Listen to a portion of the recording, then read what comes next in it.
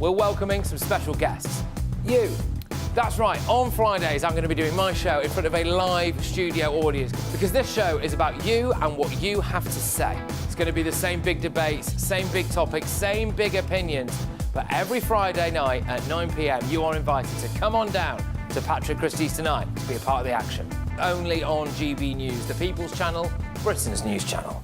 Join me, Camilla Tominey, for a frank and honest discussion with those in power that cuts through the spin and gets to the heart of the issues shaping our nation.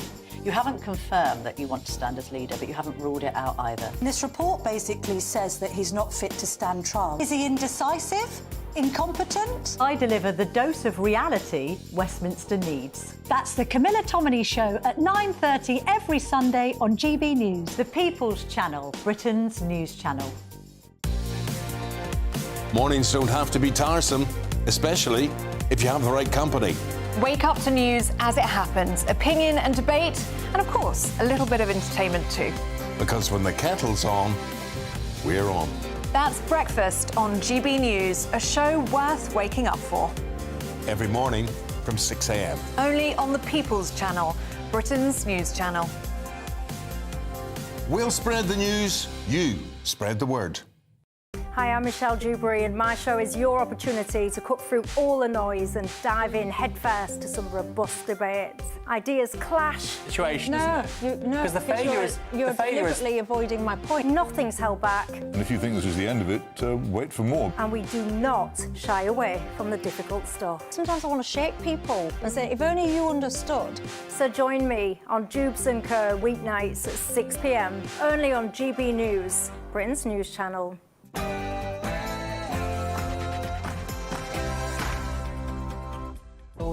Oh, there you are. Good afternoon. It's midday on Saturday, the 22nd of March. No idea what's happening this month either.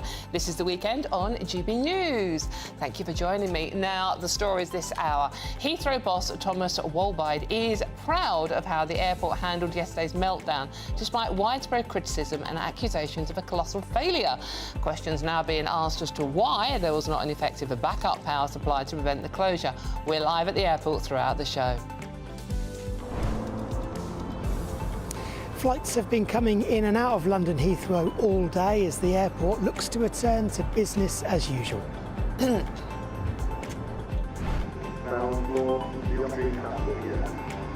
It's business as usual here at Manchester Airport, but certainly busier as people opt to fly from here instead of Heathrow. Elsewhere, failed asylum seekers could be sent to a third country under fresh Labour plans to tackle the small boats crisis. Any of this sound awfully familiar, though? And we'll be paying tribute to George Foreman, who has died aged 76. The boxing legend built a remarkable career inside the ring before putting his name to that best-selling grill. His family said in a statement that he died peacefully, surrounded by loved ones after an extraordinary life. And you can't actually beat that, can you? Even if you're not a fan of boxing, you know who George Foreman is. I'm Dawn Neeson, I know who I am as well. And this is the weekend, and it starts right here and now.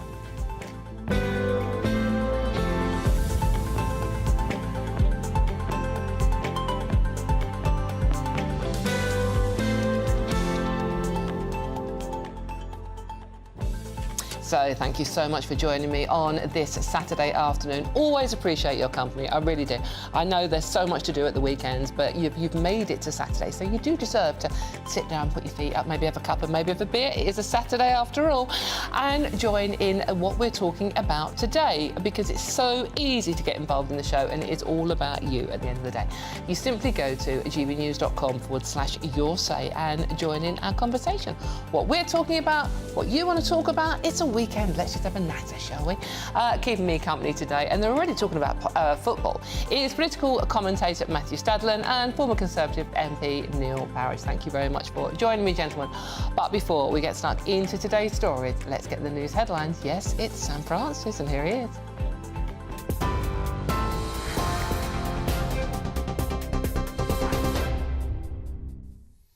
Dawn, thank you very much, and good afternoon to you. Just after midday, the top story, well, Heathrow Airport is back to full operations after a massive power outage shut it down for hours.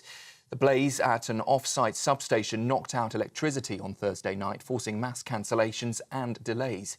Flights did resume on Friday evening, with extra slots now added today to help more than 10,000 passengers get moving. Officials say the fire isn't being treated as suspicious, and investigations are now focused on electrical equipment. Heathrow's CEO has apologised, though, and called it one of the airport's biggest ever disruptions. News from the world of sport, and the boxing legend George Foreman has died at the age of 76. The two-time world heavyweight champion made history in 1994, becoming the oldest man to hold that title at the age of 45. He also won Olympic gold in 1968 and, of course, famously lost to Muhammad Ali in the 1974 Rumble in the Jungle. Foreman later became a preacher and made millions from his iconic lean, mean grilling machine. And tributes have been pouring in today from across the sporting world, with Mark Tyson among them, calling him a force for good. In politics, Rachel Reeves has ruled out tax and spend policies ahead of her spring statement next week, despite soaring government borrowing. She says the country can't tax and spend its way to better living standards or public services. It comes as figures show February's borrowing figure hit £10.7 billion, far above forecasts, piling more pressure on Reeves to ease her fiscal rules. But she's already slashed aid and welfare spending, with departments ordered a review of every line of their budgets. New forecasts from the OBR will frame her statement on Wednesday. Corridor care in the NHS has become the new normal and must end by the next general election. That is the call today from the Liberal Democrats at their spring conference. Health spokeswoman Helen Morgan will call for £1.5 billion emergency fund to prepare hospitals for the winter period. More than 160,000 patients waited over 12 hours for a hospital bed last winter. That's up 15% on the year before. Well, the Lib Dem leader, Sir Ed Davey, spoke to reporters earlier today, and he said that the party are the only ones offering a real opposition on the NHS and adult social care. I'm really worried about what's happening in hospitals up and down the country. I go to my own local hospital and there's so many people being treated in the corridors of the hospital, and that's not right, it's not good medicine, and it's not dignified. And so we need to end corridor care. So we put forward a plan, a Liberal Democrat plan, to do that over the next few years, and we're calling on the government to step up. And Donald Trump has revoked security clearances for Kamala Harris, Hillary Clinton and a string of other top former officials. The move also confirms Trump's decision to strip Joe Biden and any other member of the Biden family of access to classified information. In total, 14 names appear on that list, including Anthony Blinken, Liz Cheney and former Russian advisor Fiona Hill. Trump says it's no longer in the national interest for them to retain access. Former presidents, though, and top officials do usually keep their clearances as a courtesy. That's the latest from the newsroom for now. I'll be back with you in around half an hour. Now, though, it's the weekend with Dawn Neeson. For the very latest GB News direct to your smartphone, sign up to News Alerts by scanning the QR code or go to gbnews.com/alerts.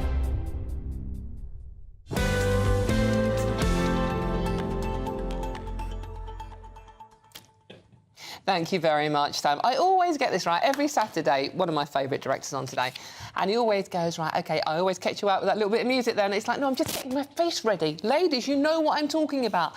When you get to a certain age, it takes a while to get your smile in face, doesn't it? You know. Any case, let's get straight on to today's story, shall we? Yeah, Heathrow. I'm sorry we've got to talk about it. It's a nightmare.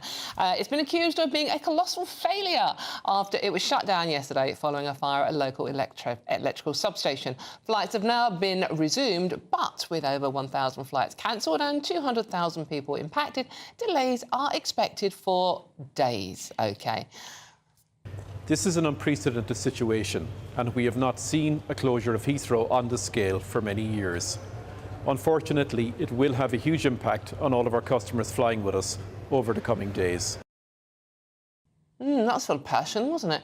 In any case, the Met Police say they do not believe the fire to be suspicious, but counter-terrorism police are still investigating the incident as the government refuses to rule anything out.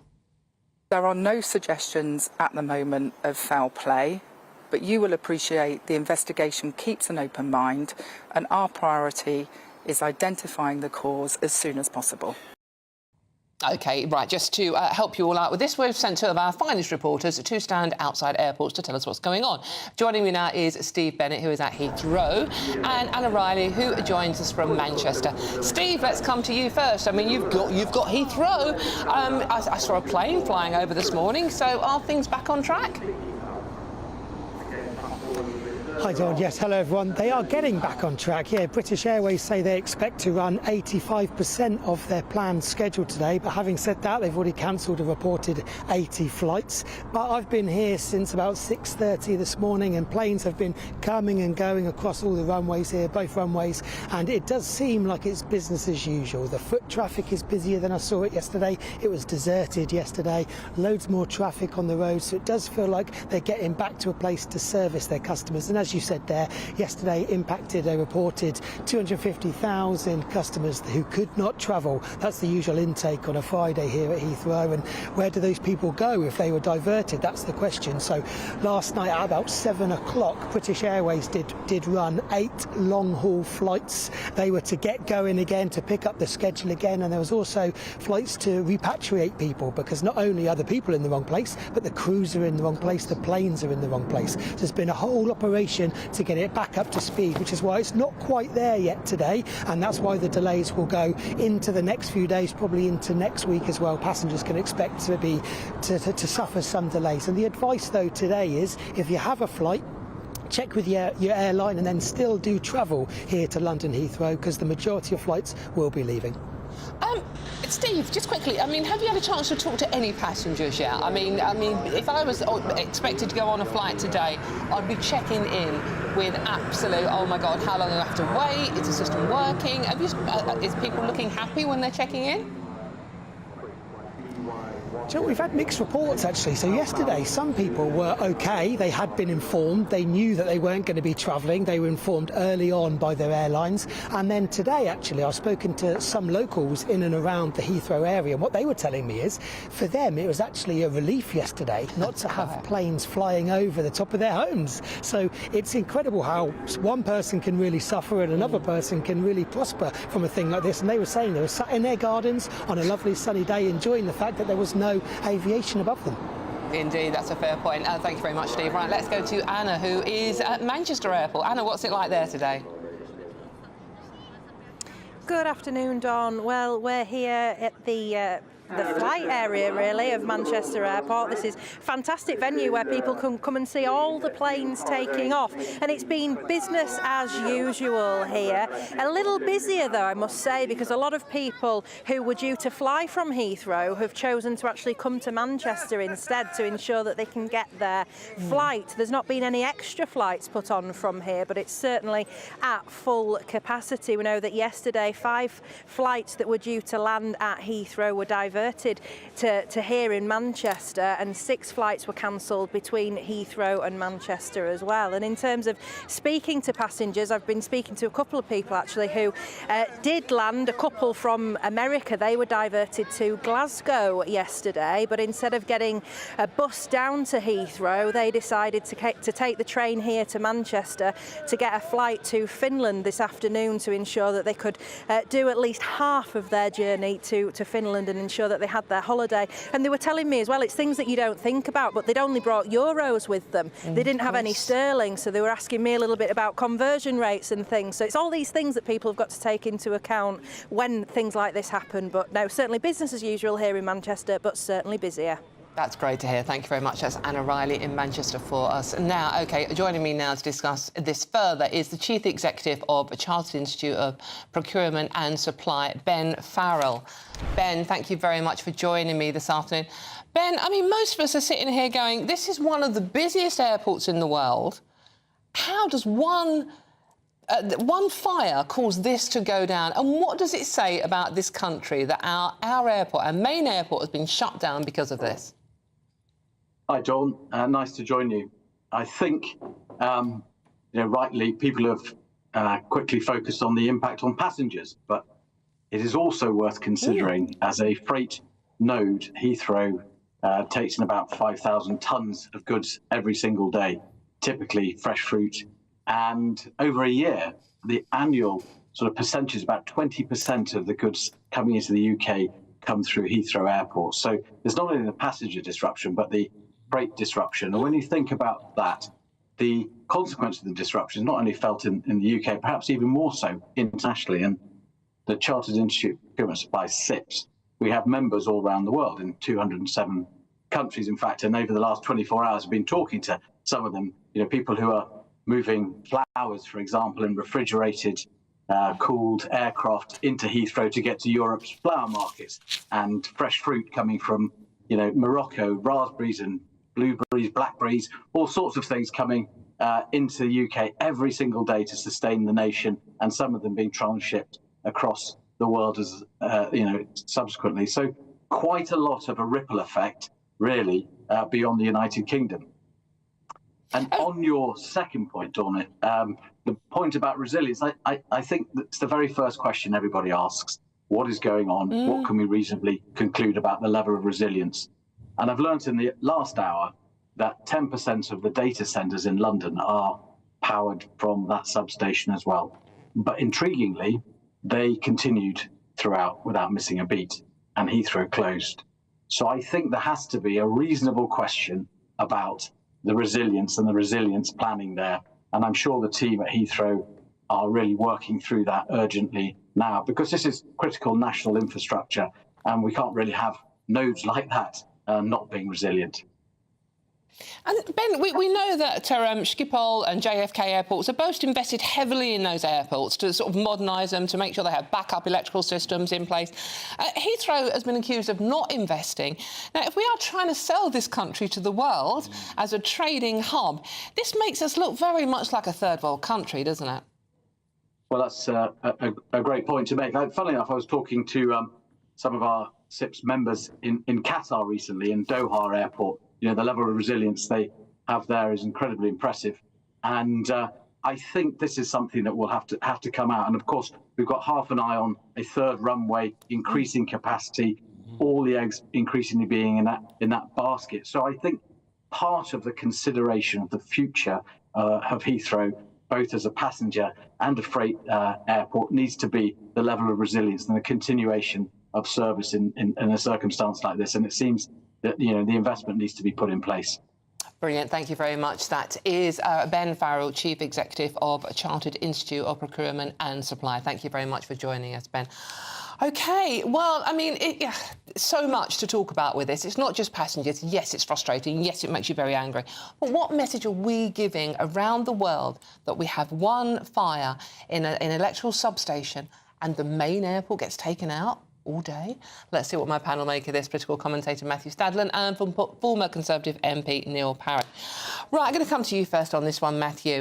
It's obviously, if you're a passenger, this is horrific. But what message is this sending out globally about the state of this country? A very poor message. I thought the word there from Ben that was absolutely essential, and he repeated it several times, is resilience. Yeah. We have to be resilient as a country. There'll be many of us looking at this story who are by no means experts on how we are or should be resilient for key national infrastructure. But we have to be.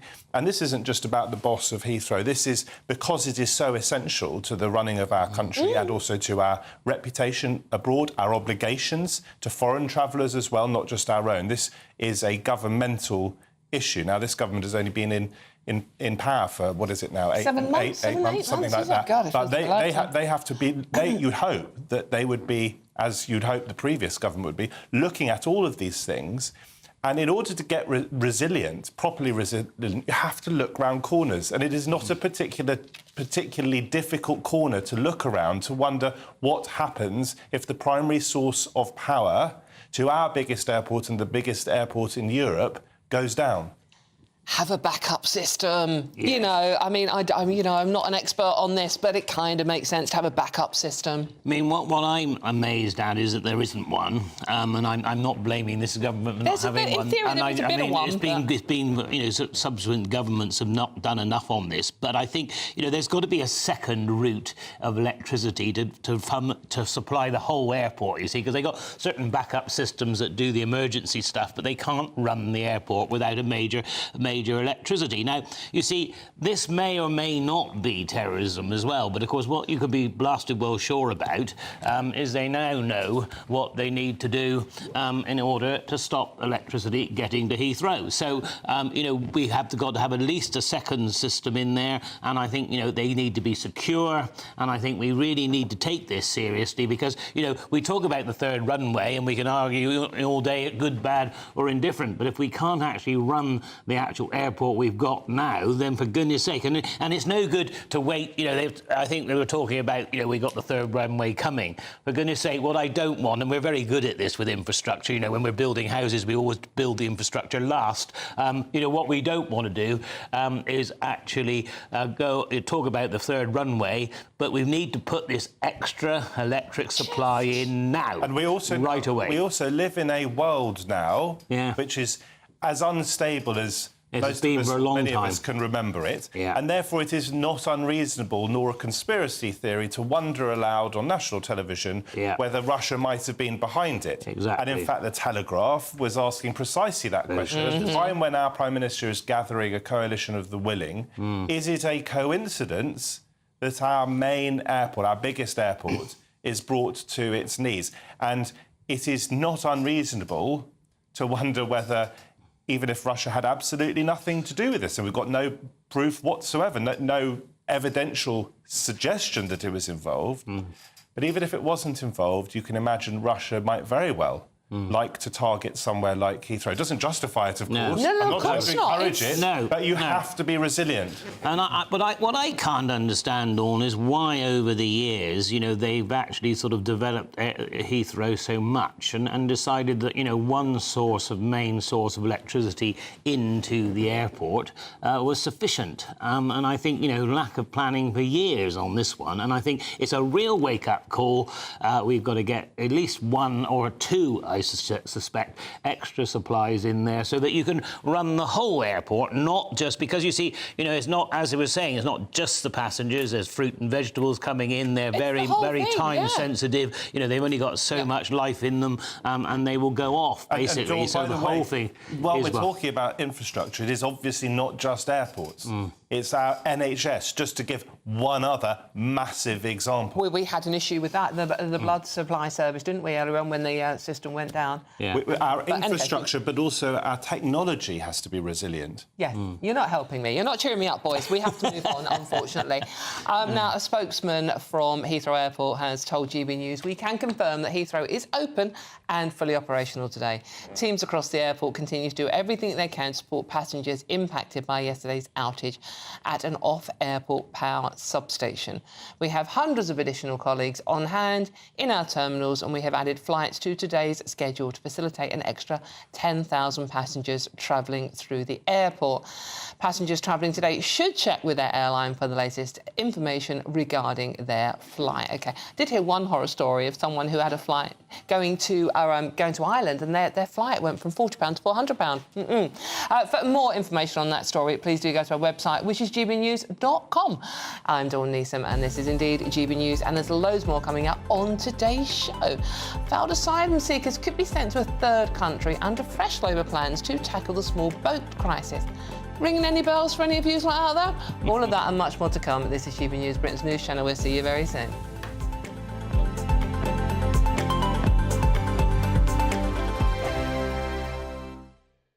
We're proud to be GB News, the People's Channel, and as you know, we always love to hear your views. Now, there's a new way of getting in touch with us at gbnews.com/your say. By commenting, you can be part of a live conversation and join our GB News community. You can even talk to me, Bev Turner, or any of the members of the GB News family.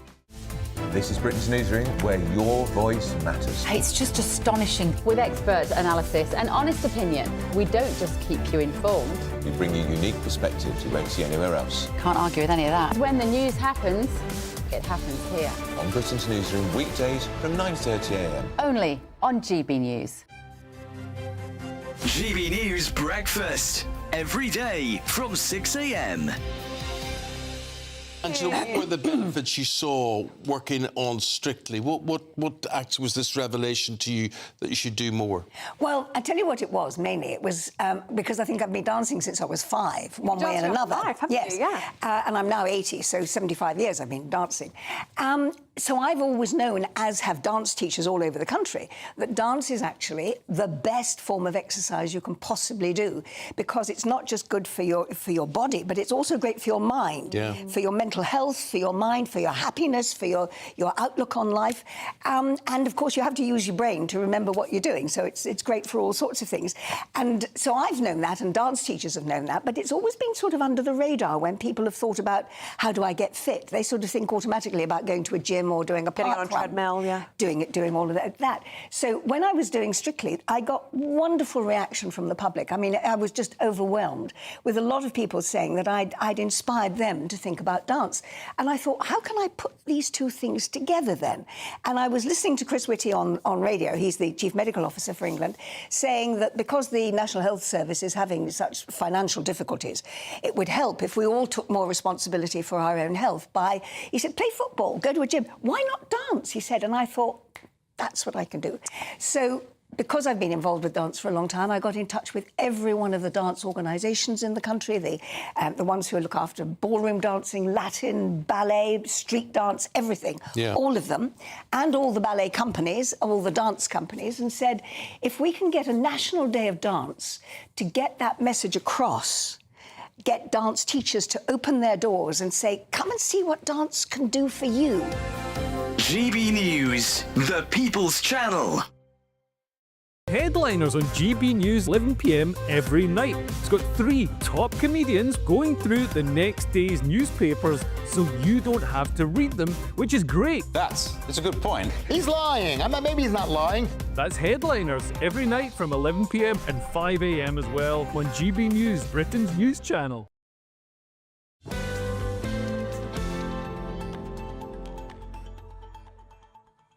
Hello, welcome back to the Weekends with me, Dawn Nisa. I'm peering over my glasses at you. It's not for show, honestly. I can't read without them at the moment. It's my age, lovely.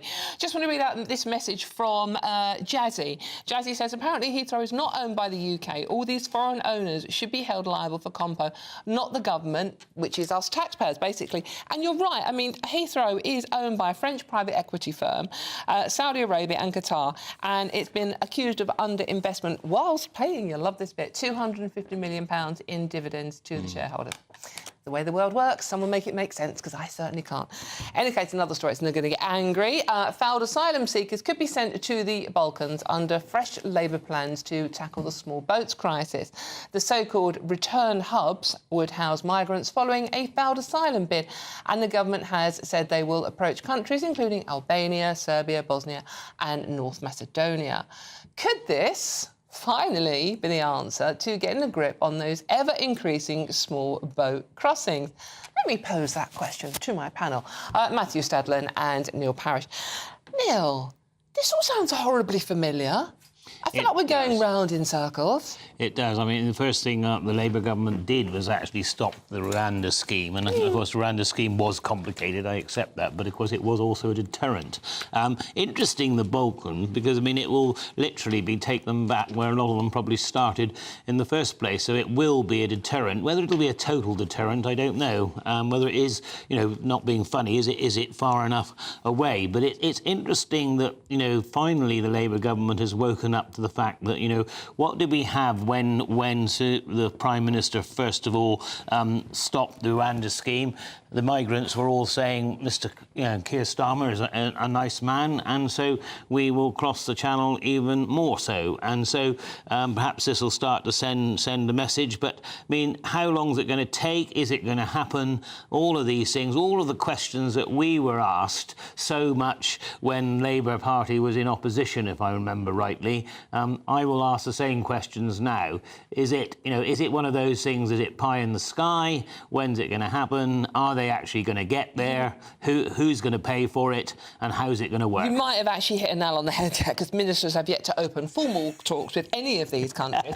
However, Matthew, we did have a record 5,025 migrants arriving in 91 small boats so far this year. That's 24% higher than last year. We've got to do something. It's a big business, isn't it? and I think most people in the country want to put an end to it. Just a couple of things to say, I think, first of all. One is, let's not hate on the individuals concerned. No. Because, you know, if you're prepared to do what they've done and you've travelled a continent and then a sea to get here, you're pretty desperate. Whether that's a genuine and legitimate asylum seeker, or you want a better life, or you've got family members here, these are natural human instincts. So if we could take the hate out of it and the toxicity out of it, that would help. That doesn't mean we don't try and act on it. My worry about this plan, if it really is a plan to send people to the Balkans, is it sounds a little bit gimmicky. I'd rather they go to the Balkans than Rwanda, because I didn't think Rwanda was a safe place.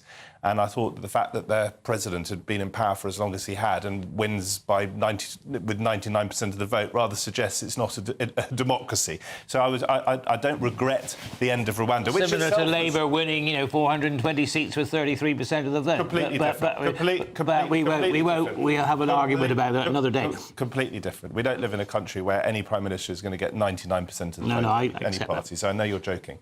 I do worry this particular scheme is gimmicky. The other broader picture, as well as trying to get rid of the hate point to make, is that this is not a problem, and it is a problem. It's not a problem that we face uniquely in Britain. This is a problem that European countries, I think pretty much across the board, are facing. We sometimes think of ourselves as in a silo, as though we are the only country affected by these sorts of issues. We are not. And I think we take in far fewer people than some other European countries, so it's important to remember that. You see, I think the point I would raise with you, Matthew, is that I think the trouble is, you know, I don't hate all asylum seekers, nor do many people, but I think the trouble is, if you send a message that it was good, you know, it's good to come here, they are actually going to cross the channel more, and they're actually going to risk their lives more. And I accept, you know, we do not want to lose migrants, and especially families and children crossing the channel. But I think we have got to be tough, because otherwise I think, you know, the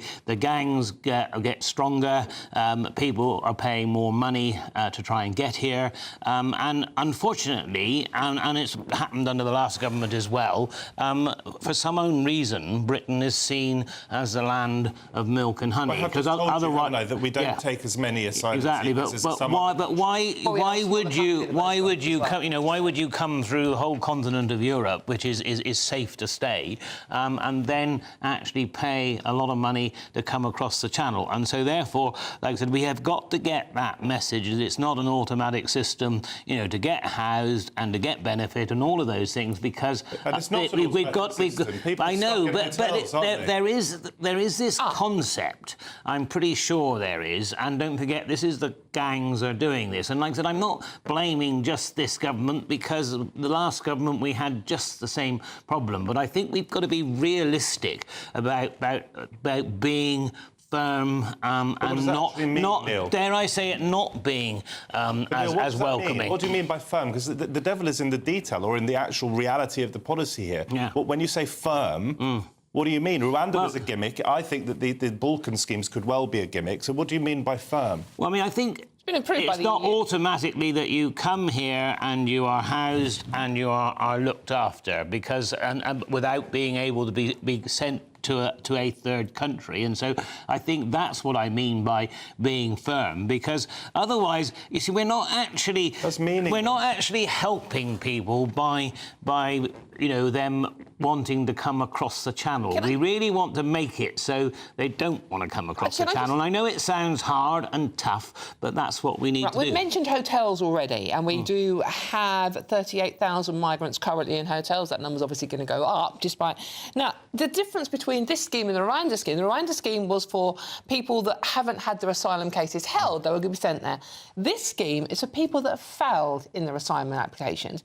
And we have... This is the one that shocks me, people. 65,000 failed all appeals on their asylum, and they are still in this country. If they've failed every legal avenue to get us to become legal in this country, why are they still here? Well, I don't know about the particular statistics you're quoting or how reliable they are. $65,000. There must be a logistical or legal reason why they haven't yet left the country, because I can assure you of one thing, and I'm not inside Labour circles, but I can assure you of one thing. Yvette Cooper and Keir Starmer understand the toxicity of this issue, and they want to remove people who can be removed from this country. You're not doing a very good job. Well, it depends what impediments there are. By the way, let me just quickly make the point about hotels. If you are stuck in a hotel, the image this sends out to people, if we don't stop to think about it, and we can all be guilty of not stopping to think about things, is that, oh, that's a bit cushy. They're staying in a hotel down the road. Can you imagine how miserable it would be to be stuck in a hotel, maybe 2 men to a room, if it is men, over the course of a year or 2 years or whatever? Can you imagine the mental health suffering you would experience? I can't think of many things worse. But I think what we do is we view this from a very sort of middle-class perspective. What you've got out there is a lot of people who are really finding it hard to make ends meet, may not have the best of accommodation, all of those things, and, of course, they just don't like it. OK. As simple as that, you know, and it's not easy to sort, but that's where it is. Yeah, and we do have to leave that debate there, but let me know what you think. I know you will have strong views on this one at gbnews.com/your say. Now, I am Dawn Nathan. This is GB News, and there's lots more coming up on today's show. GB Energy is finally launching its first project. Yay! But it's been revealed the solar panels will come from, China, the world's largest polluter. That and so much more to come. But first, let's get your headlines with Sam Francis.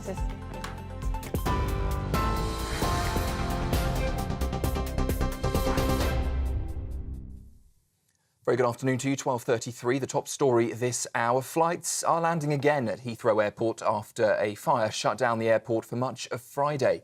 At least 9 arrivals have already been cancelled. That's despite efforts to restore a full service today. Thousands of passengers were stranded when a blaze at a nearby electrical substation caused widespread disruption.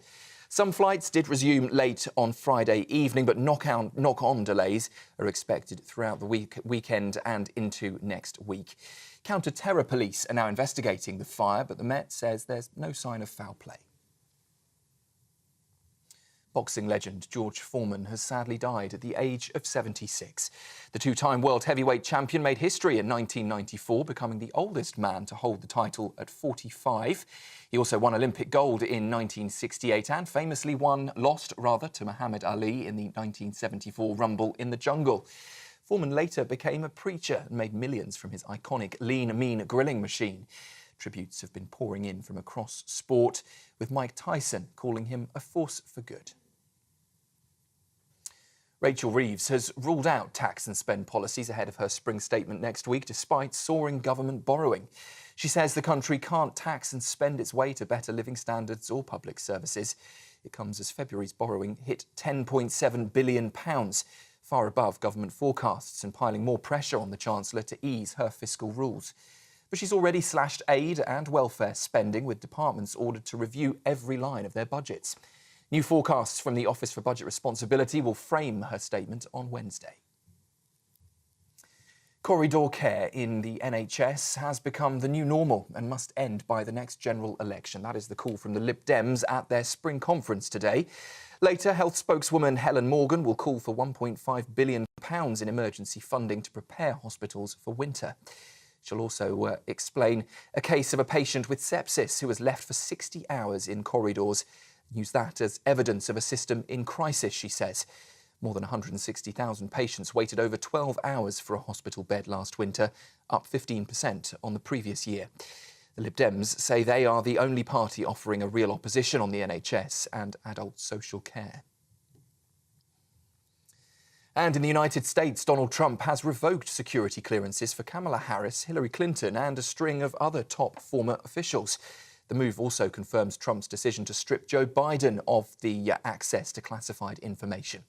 In total, 14 names appear on that list, including Anthony Blinken, Liz Cheney and former Russian advisor Fiona Hill. Trump says it's no longer in the US's national interest for them to retain access. But former presidents and top officials do usually keep their clearances as a courtesy. Those are the latest headlines for now. A full roundup just after 1 o'clock, and Dawn will be straight back with you. For the very latest GB News direct to your smartphone, sign up to News Alerts by scanning the QR code or go to gbnews.com/alerts.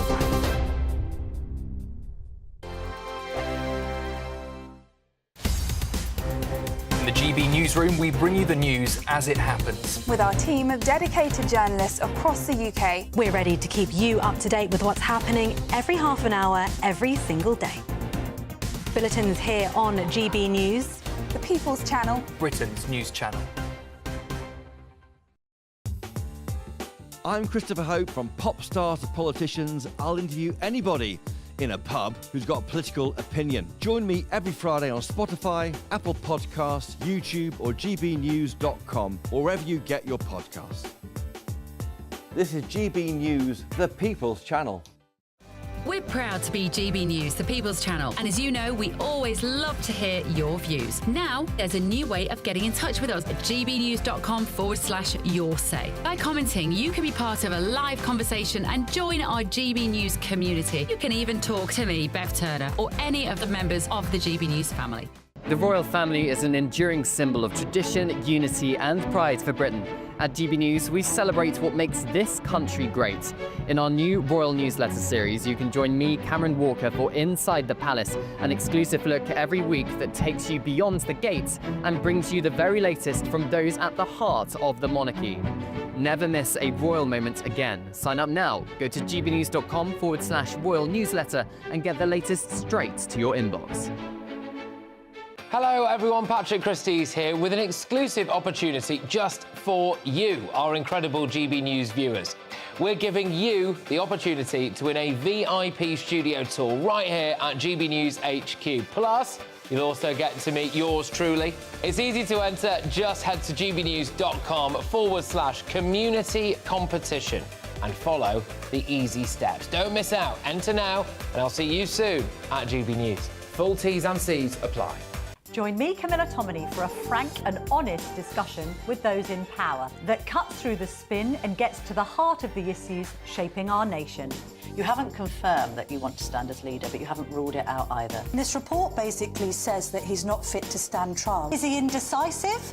Incompetent? I deliver the dose of reality Westminster needs. That's the Camilla Tominey Show at 9:30 every Sunday on GB News, the People's Channel, Britain's news channel. Mornings don't have to be tiresome, especially if you have the right company. Wake up to news as it happens, opinion and debate, and of course, a little bit of entertainment too. Because when the kettle's on, we're on. That's Breakfast on GB News, a show worth waking up for. Every morning from 6 a.m. Only on the People's Channel, Britain's news channel.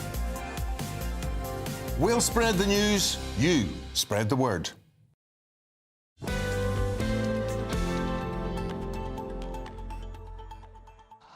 Oh, hello, welcome back to The Weekend with me, Dawn Neeson. We're still getting very frisky here in the studio. Now, Great British Energy is finally launching its first project. They're giving £150 million to schools and hospitals, which Ed Miliband says will make sure money invested into education and healthcare won't be wasted on sky-high energy bills. Well, now it's been revealed the solar panels will come from, oh yes, China, the world's largest polluter, who will bag millions from the new project. That's your money, by the way. Former Tory leader Ian Duncan Smith said, "You couldn't make it up." No, I can't make it up. I really can't. I've still got Matthew. I get Matthew Stadler and Neil Patch. Matthew and Neil still with me. I'm being very frisky. It has to be said. During the break, we might put some of that out later. Neil, not for the first time this out, make this make sense. So we have to all be very green. You have to drive electric cars and have heat pumps, and we can't, we can't do anything really. It's going to cost, the planet. And yet we're bunging loads of money to China to supply us with solar panels to put on our schools and hospitals. Making sense to anybody here? No, I mean, I think I'm not anti-green at all. I think, there's a great... You are a farmer. Yeah, it'd be wrong if you weren't. Source of power from the sunlight, excellent. But I think for a long time we've got... One, these panels are made in China. How long are they going to last? All of these things, what are they using to make them, and how are they, and what sort of labour are they using?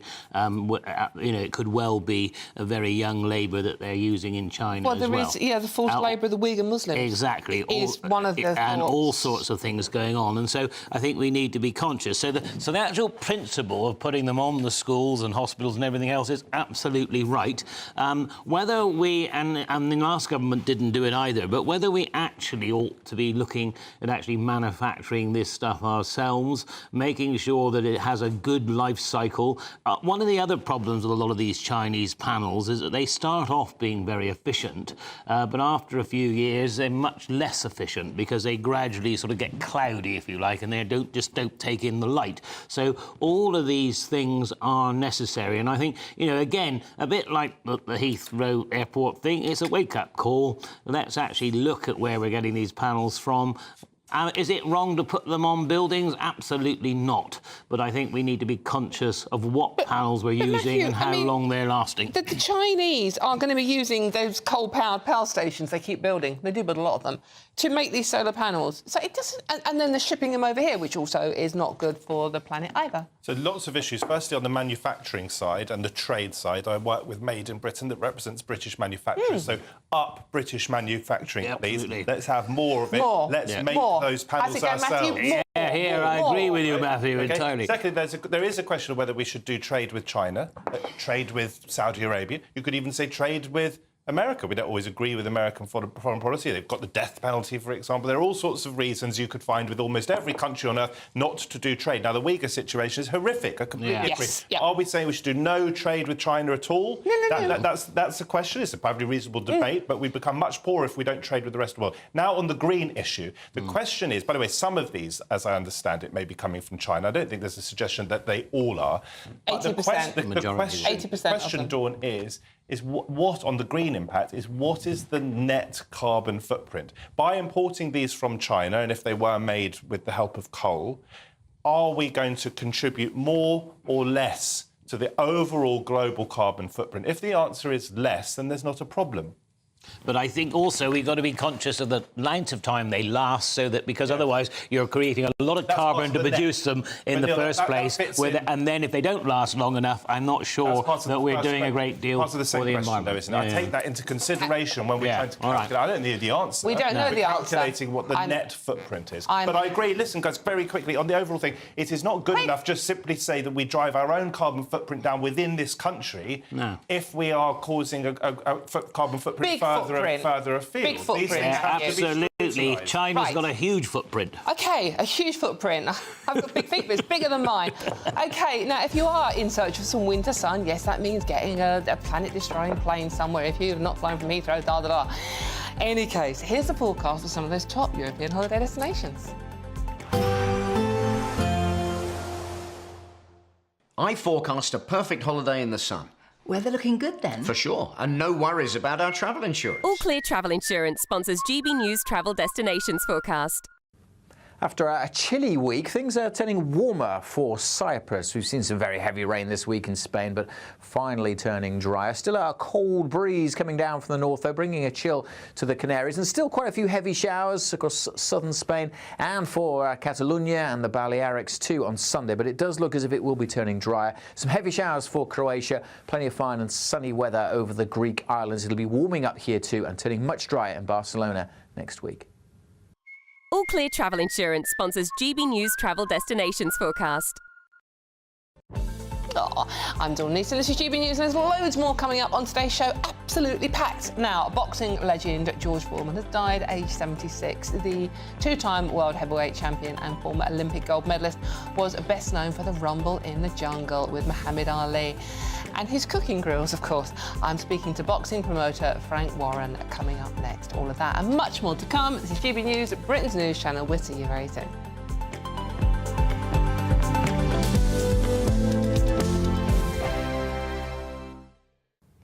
Good morning, welcome to your latest GB News weather from the Met Office. After a very dry and sunny much of March, it's a bit of a change over this weekend with some rain and some thundery showers on the way. Low pressure very much in charge of our weather as we head through the rest of the weekend. Weather fronts out towards the north and west of the UK, bringing some quite persistent outbreaks of rain across parts of Northern Ireland and Scotland through the rest of this afternoon. A little bit drier across further south across much of England and Wales, but where we do see that sunshine, we are likely to see some showers showers bubbling up, particularly across Midlands, parts of central England, and those showers could be quite heavy and perhaps thundery. When we do see that sunshine, though, it will still be feeling pleasant. Temperatures well above average for the time of year, 16, 17, perhaps 18 degrees in the south, but not quite as mild further north. As we then go into Saturday evening, we see those showers across the Midlands persisting well into the evening period. Again, there could be some localised flooding in places. Some clearer spells across parts of Wales, southwest England, but for Northern Ireland, northern parts of England and much of Scotland, it's going to be a cloudy end to the day. There's outbreaks of rain continuing through Saturday evening and into the start of Sunday. As we go through the rest of the evening period and overnight, the showers across the Midlands perhaps merging to longer spells of rain as they push their way northwards, so continuing to be a really damp end to the day on Saturday here. Perhaps turning a little bit drier across the very far south, and that rain easing across parts of Northern Ireland and western Scotland into the early hours of Sunday morning, but northern and eastern areas still seeing a very damp start to the day on Sunday, and with plenty of cloud around, that does mean quite a mild start to the day too. Some places in the south perhaps holding up into the double figures to start the day. So a drier start, but a mild start across much of England and Wales. Perhaps northern England still holding on to some of that outbreaks of rain, and that gradually easing as we go through the daytime. But further south, where we do see some sunshine, once again seeing those showers bubbling up, and they could be heavy and thundery in places, again causing some localised flooding, and temperatures well above average again for the time of year. I'm Christopher Hope. From pop star to politicians, I'll interview anybody in a pub who's got a political opinion. Join me every Friday on Spotify, Apple Podcasts, YouTube or gbnews.com, or wherever you get your podcasts. This is GB News, the People's Channel. This spring, the Chancellor steps up to the dispatch box to make a statement. But what kind of statement will it be? Taxes, spending, growth, benefits, cost of living.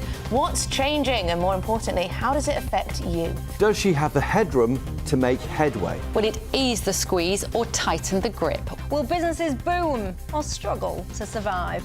And does the spring statement have real impact, or is it just political posturing? GB News brings you the analysis that matters. Just what it means for your money, your home, your future.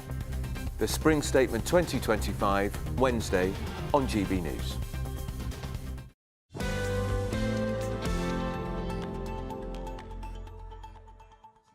Hello, welcome back to The Weekend with me, Dawn Neeson. Now, boxing legend George Foreman has died aged 76. Big George, as he was known, built a remarkable career inside the ring, winning Olympic gold in 1968 and claiming the world heavyweight title not once but twice, 21 years apart.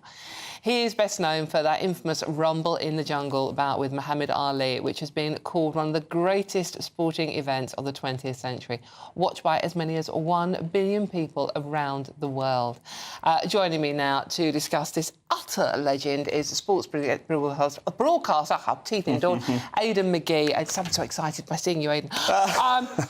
Aidan, I mean, you know, that fight, the Rumble in the Jungle, yes, was one of the few boxing matches that actually have a concert that went with it. And I've got it here. I've got the DVD. The soundtrack to the Rumble in the Jungle from 1974. Well, I think everybody knows about this. It's still probably the most celebrated, most famous fight ever, and considering it was over 50 years ago now, 1974, and in Zaire as well, you don't see that kind of fight taking place in that part of the world anymore. And what a celebrated career he had. I mean, let's consider what he did as a fighter first of all. Obviously, 1968 Olympic gold. He became heavyweight champion twice, 21 years apart, as you say. I remember him going the distance with a peak Evander Holyfield in 1991, and then beating Michael Moorer 3 years later by a knockout. Moorer was unbeaten at that stage. And then after that, we had his venture into, well, he was a Christian minister, of course, and then he was, later on, he had the George Foreman grill as well. We'll come back to that in a moment. I'm going to bring in boxing promoter Frank Warren to shed some light on, or some reflections on George's career. Frank, it's great to have you with us. Lovely to see you this afternoon. What are your reflections of George Foreman? I'm assuming you will have had a few encounters with him going back over the years. I had. I mean, obviously, all the things you mentioned, the Rumble in the Jungle and those great fights, great fight he had when he won the title against Joe Frazier, which was an amazing performance. And those three guys, they were the holy trinity of heavyweight boxing. You know, they fought each other, no ducking each other, great fights. But Me personally, I was involved in a couple of things. When the first thing was I brought him over in 1990 when he fought at London Arena, when he's on his comeback, and it's the only time he fought in Britain. And this was the second coming of George Foreman, where the first time round he was quite a surly guy. Press couldn't get any quotes or anything out of him. He just sort of growled and sort of was very monosyllabic. And the next time round, he was unbelievable. He was the nicest bloke you could meet. He was a lovely person. He was very accommodating. He was great with everybody, and it was a joy to work with him. And we did that fight, and it was a really good time. The time he was over here, and the other time was when they brought in those days a VHS out with the three of them, with Muhammad Ali, Joe Frazier and George, and the three of them come over to promote it, and we did the promotion at London Arena again, and it was just touching to see how he was with Muhammad Ali, who at that time was suffering from Parkinson's disease. And he really, he was just looking after him. He was very attentive towards him. He was, any way he could, he was sort of, acknowledging that to him, like Ali was the sort of probably the most famous and the boss out of all of them, whereas Joe Frazier did not like Muhammad Ali. There was a lot of stuff said before his fight, the fights they had, which some of it was quite cruel that Ali said to him. But George was the glue keeping it all together, and he was a lovely man. And in the ring, you look what he did in the ring. The fights he was involved with, they were some of the most exciting moments in sport, not just boxing, in sport, and they'll be remembered forever. It's funny, Frank, I remember him as quite an avuncular, sort of soft, cuddly figure, so it's interesting that you say he was much different back in the 70s during his pomp. But answer me this, do you think back in 1974 he possibly underestimated Muhammad Ali prior to that rumble in the jungle? Well, he went in as a massive favourite. I think there was only one British journalist tipped him to win and won in America. Everybody else, people were saying that the fight shouldn't be allowed. And I think that Ali by then, he wasn't as mobile as he was. I was in his 30s, he wasn't as mobile as he was. And his thing was with him. The fight got postponed, first of all. And Mobutu, who was the president or the dictator of Zaire, who put the money up and financed it out there, he made them all stay in the country. They wanted to go and then come back, but he wouldn't let them go, and they all stayed there. I think it was he got postponed for, 6 weeks or so. And Ali was loved there. He always played the crowd. He always made the other guy the bad guy. And George, when he arrived there, he got off the plane with an Alsatian dog. And going back to the days of when it was the Belgian Congo, and the police there and the army there were all always seemed to have Alsatians with them to control crowds and so forth. So he became the sort of villain of the piece. But when the fight happened, Ali, as I was saying, wasn't so mobile, and he brought in what he called then his rope-a-dope, where he'd lay on the ring on the ropes and sort of keep his hands up and take shots from his elbows. And George basically punched himself out. He was a big man, and he punched himself out, and then suddenly, a split second, Ali opened up and stopped him. It was quite a moment in sport. That fight, by the way, was Don King's. That was Don King's big moment. He got them to sign the contracts, but it was funded by there was an American guy called Hank Schwartz and two British guys. One was David Hemmings, the actor, film producer. They had a company called Hemdale, and John Daly. And John Daly was a producer. He made some great films like Platoon and so forth. And his family, I think it was his uncles, maybe his dad, were works in the gyms, boxing trainers and seconds. So that was a connection, and it was one of those moments in sport. Suddenly boxing, like it is today, we're doing shows. For example, in Riyadh season, the shows were going on around the world, and they were part of it. They were part of those big fights. Brilliant. Thank you so much. That's Frank Warren there, boxing promoter, talking about the late, great Thanks, George Frank. Foreman. Thank you very much, Frank. Thanks, Vince. An Thanks, amazing man, amazing career, and 5 of his sons were called George as well. $200 million he made out of that grill. I know, but not bad going, is it? It's been confusing at tea time, though. George, your topper's ready.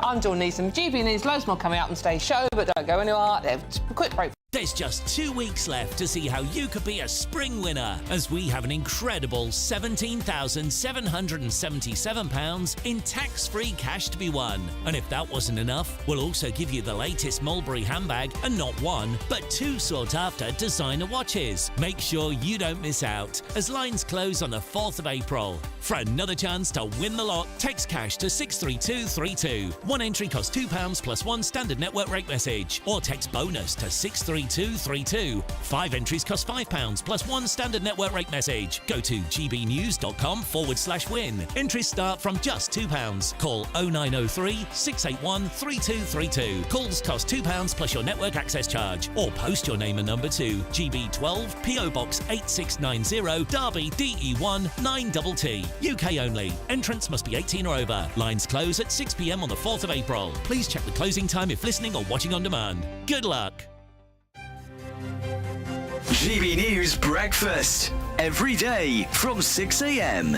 Now, parents across the country who had suffered a miscarriage will now be granted the right to bereavement leave. It's hard to believe that wasn't part of the law before. Well, it's now part of Labour's reforms on workers' rights. Well, the change will benefit those who lose a pregnancy before 24 weeks. Well, it's a victory for Keely Langthorne. She's the woman who's led the campaign for the law to be changed. And finally, it has. And Keely is with us now. She's the founder of George's Law and a partner, she's a lawyer as well, at RWK Goodman. And she herself has suffered 3 miscarriages. Keely joins us now. And Keely, it is so, so good to see you. Victory at last. Victory at last. We've come a long way, Haley. Yeah. And we've spoken over the years so many times, haven't we? You've been campaigning for years for this under George's Law. Yeah. And it happened on George's birthday this week. It did so, yeah. It all started back in 22, shortly after I lost George. Obviously met you shortly after, started the campaign, and yeah, Monday evening will go down in history, George's 3rd birthday, being told that, yeah, it's going to finally be law. So what will happen now? How much leave will women be able to have? So now it will even mirror that if you lose a baby after 24 weeks. So in its current stance, the law says if you lose a baby over 24 weeks, you get 2 weeks paid leave.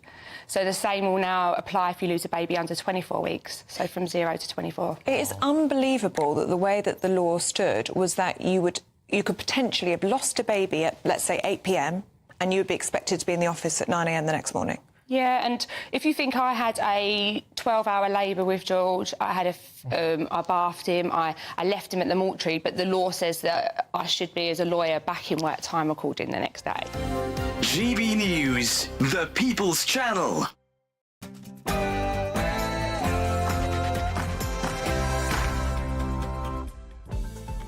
Good afternoon. It's 1 o'clock on Saturday, the 22nd of March. This is the weekend on GB News. Thank you so much for your company this Saturday lunchtime. Now, Heathrow boss Thomas Wellby is proud of how the airport handled yesterday's meltdown, despite widespread criticism and accusations of a colossal failure. Questions now being asked as to why there was not an effective backup power supply to prevent the closure. We're live at the airport throughout the show. Flights have been coming in and out of Heathrow all day as the airport looks to return to business as usual. My favourite! It's business as usual here at Manchester Airport, but certainly busier as people opt to fly from here instead of Heathrow. Elsewhere, failed asylum seekers could be sent to a 3rd country under fresh Labour plans to tackle the small boats crisis. Anyone else think they've heard that before? And we'll be paying tribute to George Foreman, who has died aged 76. The boxing legend built a remarkable career inside the ring before putting his name to that best-selling grill. His family said in a statement that he died peacefully, surrounded by loved ones after an extraordinary life. And they probably absolutely bang on the money with that one. It was pretty extraordinary. I'm Dawn Neeson, and this is The Weekend.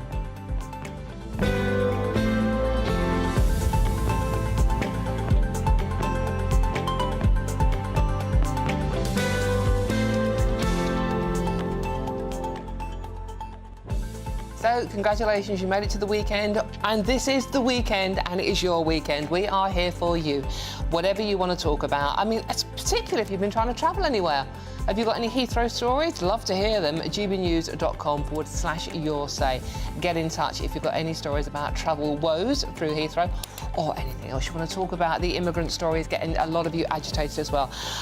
Send the messages in gbnews.com/your say, and I will read as many out as I possibly can, because my favourite part of the show is every week is talking to you.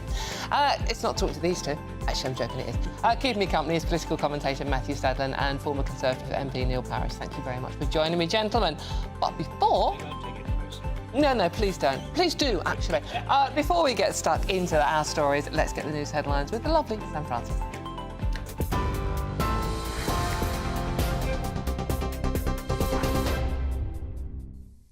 Dawn, thank you very much. Good afternoon to you. The top story this lunchtime, Heathrow Airport is back to full operations after a massive power outage shut it down for hours. A blaze at an off-site substation knocked out electricity on Thursday night, forcing mass cancellations and delays. Some flights resumed on Friday evening, with extra slots now added today to help more than 10,000 passengers get moving. Officials say the fire isn't being treated as suspicious, and investigations are now focused on electrical equipment. Heathrow's CEO has apologised, though, calling it one of the airport's biggest ever disruptions. News from the sporting world. Boxing legend George Foreman has sadly died at the age of 76. The two-time world heavyweight champion made history in 1994, becoming the oldest man to hold the title at the age of 45. He also won Olympic gold in 1968 and famously, of course, lost to Muhammad Ali in the 1974 Rumble in the Jungle. Foreman later became a preacher and made millions from his iconic lean, mean grilling machine. Tributes have been pouring in from across the sporting world today, with Mike Tyson, calling him a force for good.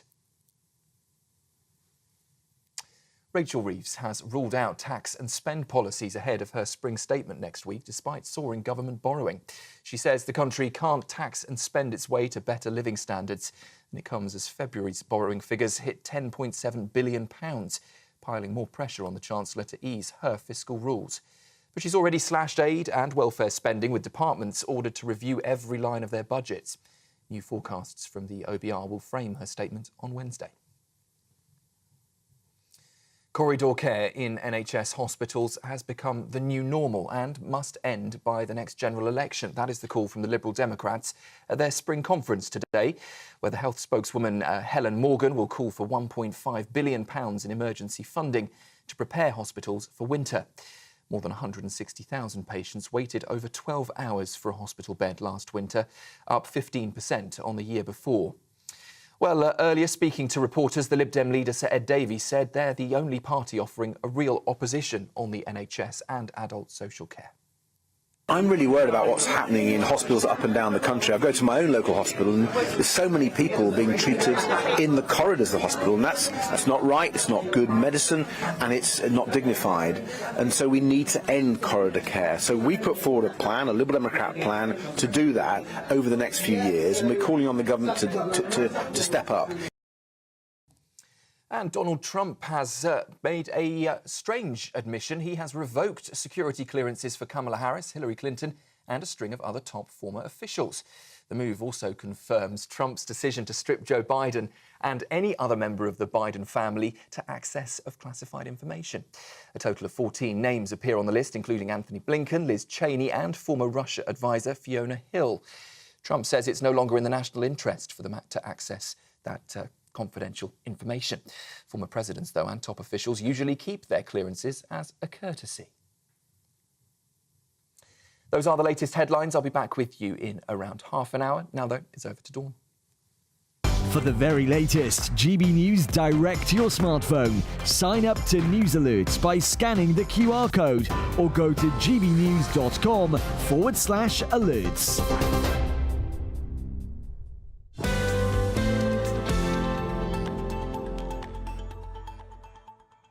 Thank you very much, Sam. He's such a sweetheart. Right, OK, let's get stuck into today's story, shall we? Heathrow Airport has been accused of a colossal failure after it was shut down yesterday following a fire at a local electrical substation. Flights have now resumed, but over 1,000 flights cancelled and 200,000 people impacted. Delays are expected for days. This is an unprecedented situation, and we have not seen a closure of Heathrow on this scale for many years. Unfortunately, it will have a huge impact on all of our customers flying with us over the coming days. Didn't look very convincing to me. Meanwhile, the Met Police say they do not believe the fire to be suspicious, but counter-terrorism police are still investigating the incident as the government refuses to rule anything out. There are no suggestions at the moment of foul play, but you will appreciate the investigation keeps an open mind, and our priority is identifying the cause as soon as possible. Just a national embarrassment, basically, isn't it? OK, joining me now is Steve Bennett, who is at Heathrow, and Anna Riley, who is joining us from Manchester Airport. Steve, let's go to you first, shall we? It looks like things are moving behind you. Is it back to normal, or are we still experiencing problems?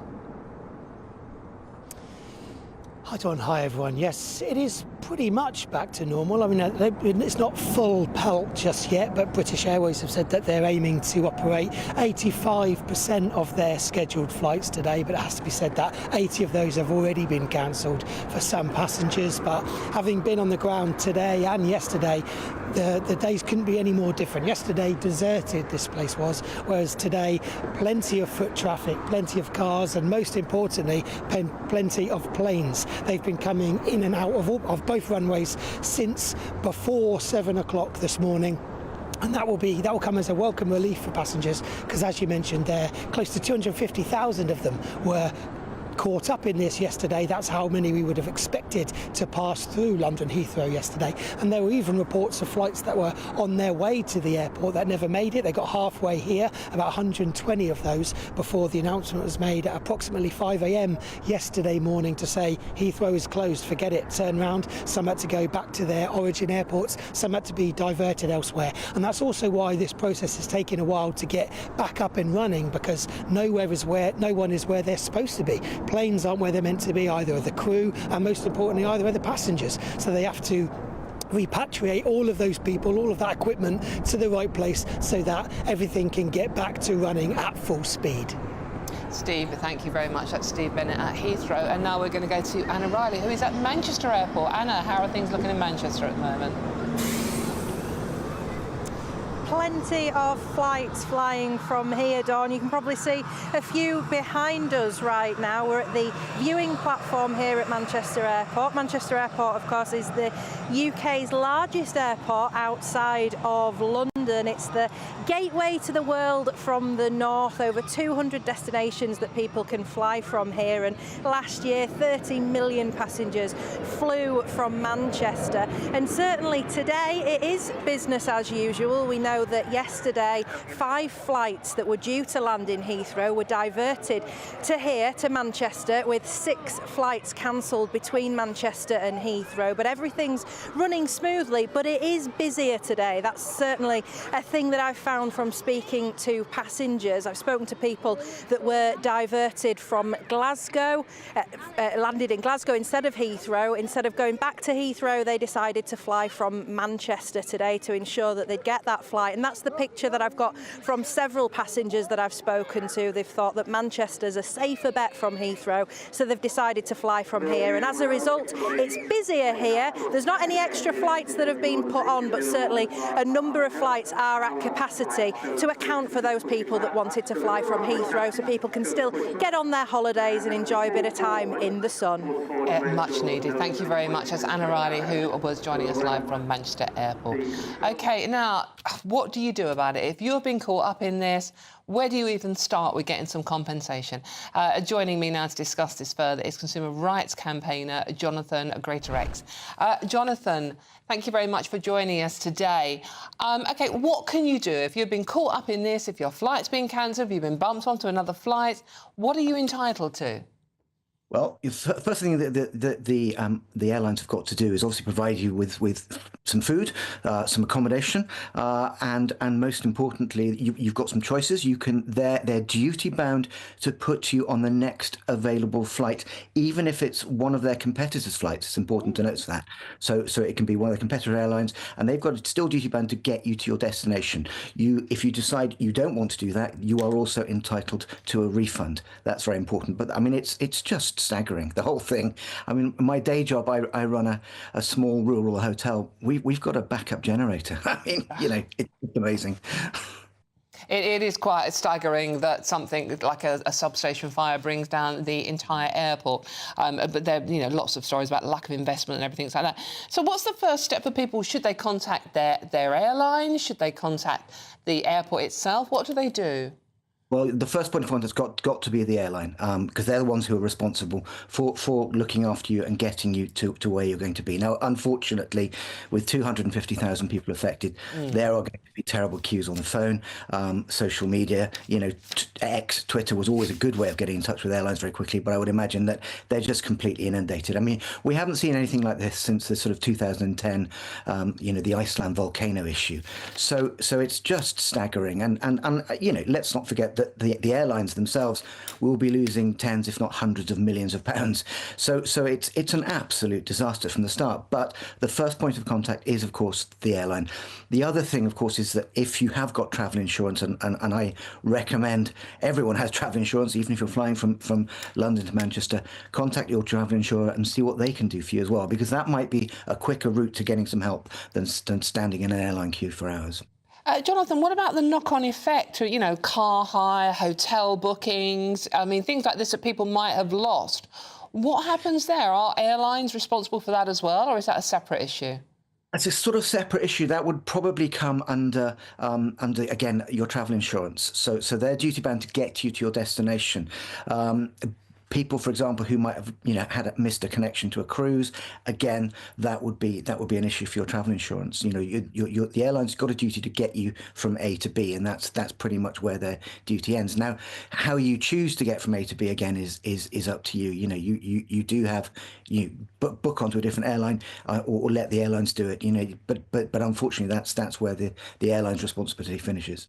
So the bottom line here is if you haven't got travel insurance, you're going to lose a lot of money.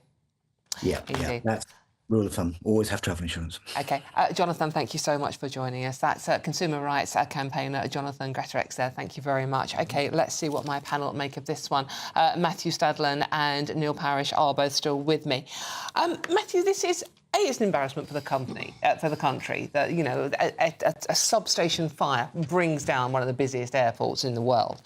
So it's not a good look. And people are having trouble getting through to airlines. You're hearing stories about people being left hanging on the phone, trying to get an answer. It's just a mess, isn't it?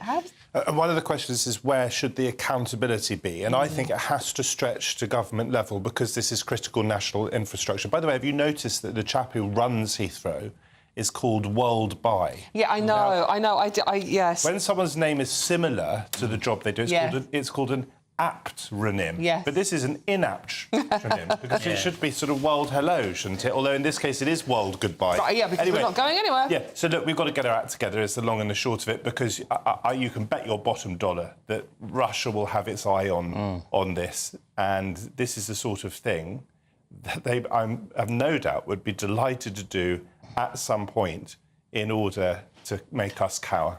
Well, this is a mad thing, isn't it, Neil? I mean, you forget, nuclear wars and expensive jet flights. Just go and nick a bit of cable from a substation, you can bring the country to a halt. Yeah, I mean, it's infrastructure, both with power and with water is always a problem, for government as far as security is concerned. And so, I mean, this has got to be, like I said, as we repeat, a huge wake-up call. And if we don't, I mean, we've got to actually, I think government needs to be involved, but I also think you've got to get hold of Heathrow, get hold of the owners and say, right, you pay for it, you get on with it.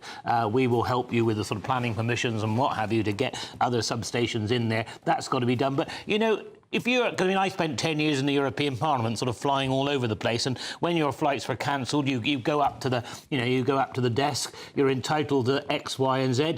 Can you get it? Very, very rarely. And can you get through to anybody? And then the other issue, and I think this is probably more difficult to deal with, but needs to be dealt with, is the profiteering that's made by the airlines, because they've got some seats on a different plane, but you can have it, but you pay £400 or £500, and also, I mean, it's bad for people that are going on holiday and have to wait and they maybe put up accommodation or not, but it's also those people that have got to get somewhere for meetings and all of those things. They're the ones that the airlines really milk at that moment. Being a farmer, I can talk about being milked, but seriously, that is where the problem is, and I think I think that's something else that we need to take seriously, because a passenger who's you're stressed enough when you travel through an airport these days anyway, and when your flight is cancelled and then you get you can have another one, but you'll pay £500. Well, this is the thing. That would certainly add to my stress level. We're just showing you live footage now of Heathrow Airport where planes are landing and taking off, and it seems to be flowing quite well, but there will be a lot of frustrated, angry passengers there, won't there? Huge hits to the economy. Think of all those cancelled business meetings, all those cancelled commitments, and then individual misery. I mean, some people will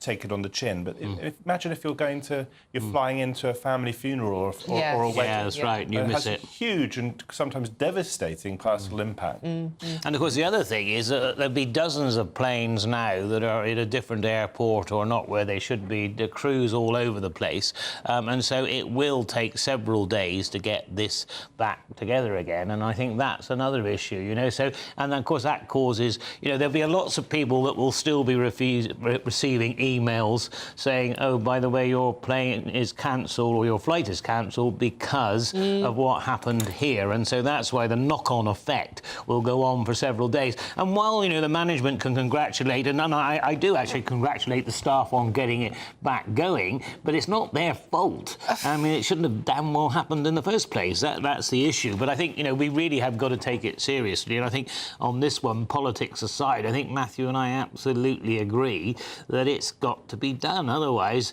like Matthew was saying, the Russians and others, it's obvious place to attack. Well, and I don't think it's been attacked. It's bad enough that it's happened now. There's no way that this should have happened. It should have been so vulnerable. But it mustn't what would be happen again. Unforgivable is if it happens again. And as I said earlier in the show, not just that it shouldn't happen again with our airports, but that these sorts of things mustn't happen in any of our critical infrastructure, not least our National Health Service. Yeah, exactly. Quite frightening. Right, OK, a spokesperson for Heathrow has told GB News, we can confirm that Heathrow is open and fully operational.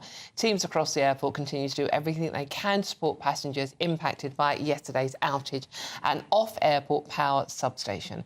We have hundreds of additional colleagues on hand in our terminals, and we have added flights to today's schedule to facilitate an extra 10,000 passengers travelling through the airport. Passengers travelling today should check with their airline for the latest information regarding their flight. Now, for all the best analysis and opinion on that story and how you can get help, indeed, please do go to our website, which is gbnews.com. I'm Dawn Neeson. This is GB News, and there's loads more coming up on today's extremely squished-packed show. Experts have raised concerns that COVID-19 lockdowns have turned young teenagers, young boys, into a potential risk as they were exposed to harmful online subcultures such as incel communities. More on that shocking story next. We'll see you very soon.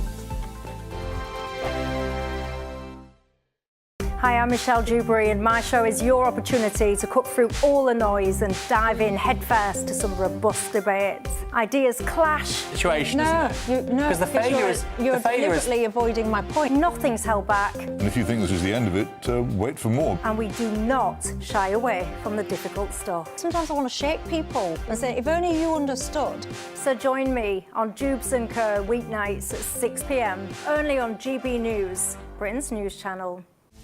This is Britain's Newsroom, where your voice matters. It's just astonishing. With expert analysis and honest opinion, we don't just keep you informed. We bring you unique perspectives you won't see anywhere else. Can't argue with any of that. When the news happens, It happens here. On Britain's newsroom, weekdays from 9:30am. Only on GB News. Mornings don't have to be tiresome, especially if you have the right company. Wake up to news as it happens, opinion and debate, and of course, a little bit of entertainment too. Because when the kettle's on, we're on. That's Breakfast on GB News, a show worth waking up for. Every morning from 6am. Only on the People's Channel, Britain's news channel. We'll spread the news, you spread the word. Exciting news. Every Friday, my Patrick Christie's Tonight Show is going to have a twist to it. We're welcoming some special guests. You. That's right, on Fridays I'm going to be doing my show in front of a live studio audience because this show is about you and what you have to say. It's going to be the same big debates, same big topics, same big opinions. But every Friday night at 9pm, you are invited to come on down to Patrick Christie's Tonight to be a part of the action. Only on GB News, the People's Channel, Britain's news channel. Good Afternoon Britain isn't just about us. The wonderful thing about this programme is it's about everyone watching. It's an interactive programme. Well, there absolutely is something to see here, and we're going to be talking about it more. Whether it's breaking royal news, please bring us up to date, or indeed a particularly punchy speech in the House of Commons. Very, very curious. We bring it to you live, and then we bring you live reaction as well. That's Good Afternoon Britain, weekdays from midday. Only on GB News, the People's Channel, Britain's news channel. This spring, the Chancellor steps up to the dispatch box to make a statement. But what kind of statement will it be? Taxes, spending, growth, benefits, cost of living. What's changing? And more importantly, how does it affect you? Does she have the headroom to make headway? Will it ease the squeeze or tighten the grip? Will businesses boom or struggle to survive? And does the spring statement have real impact, or is it just political posturing? GB News brings you the analysis that matters. Just what it means for your money, your home, your future.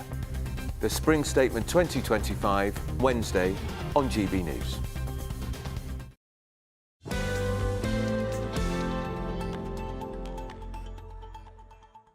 Hello, welcome back to the weekend with me, Dawn Neeson. Thank you for your company this Saturday lunchtime.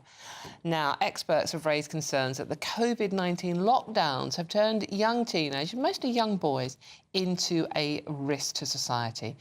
They were exposed to harmful online subcultures such as incel communities, misogyny, basically, you know, young boys hating women. That's what that means. With school closures forcing children to spend more time online, many boys, some as young as 8, have increasingly visited these easily accessible and toxic websites. It comes alongside another shocking investigation, this is in your papers today, that rape culture exists in more than 1,600 primary schools. Kids as young as 5 we're talking about. That's in the UK and Ireland, with reports of sexual harassment, groping and inappropriate touching in primary schools, little kids. What is going on? And obviously adolescence is the big Netflix drama that everyone's talking about this very subject. Joining me now is a psychotherapist, Lucy Beresford. Lucy, thank you so much for joining me this afternoon. The story today I want to start with is one that shocked me. This report about kids in primary school having rape culture.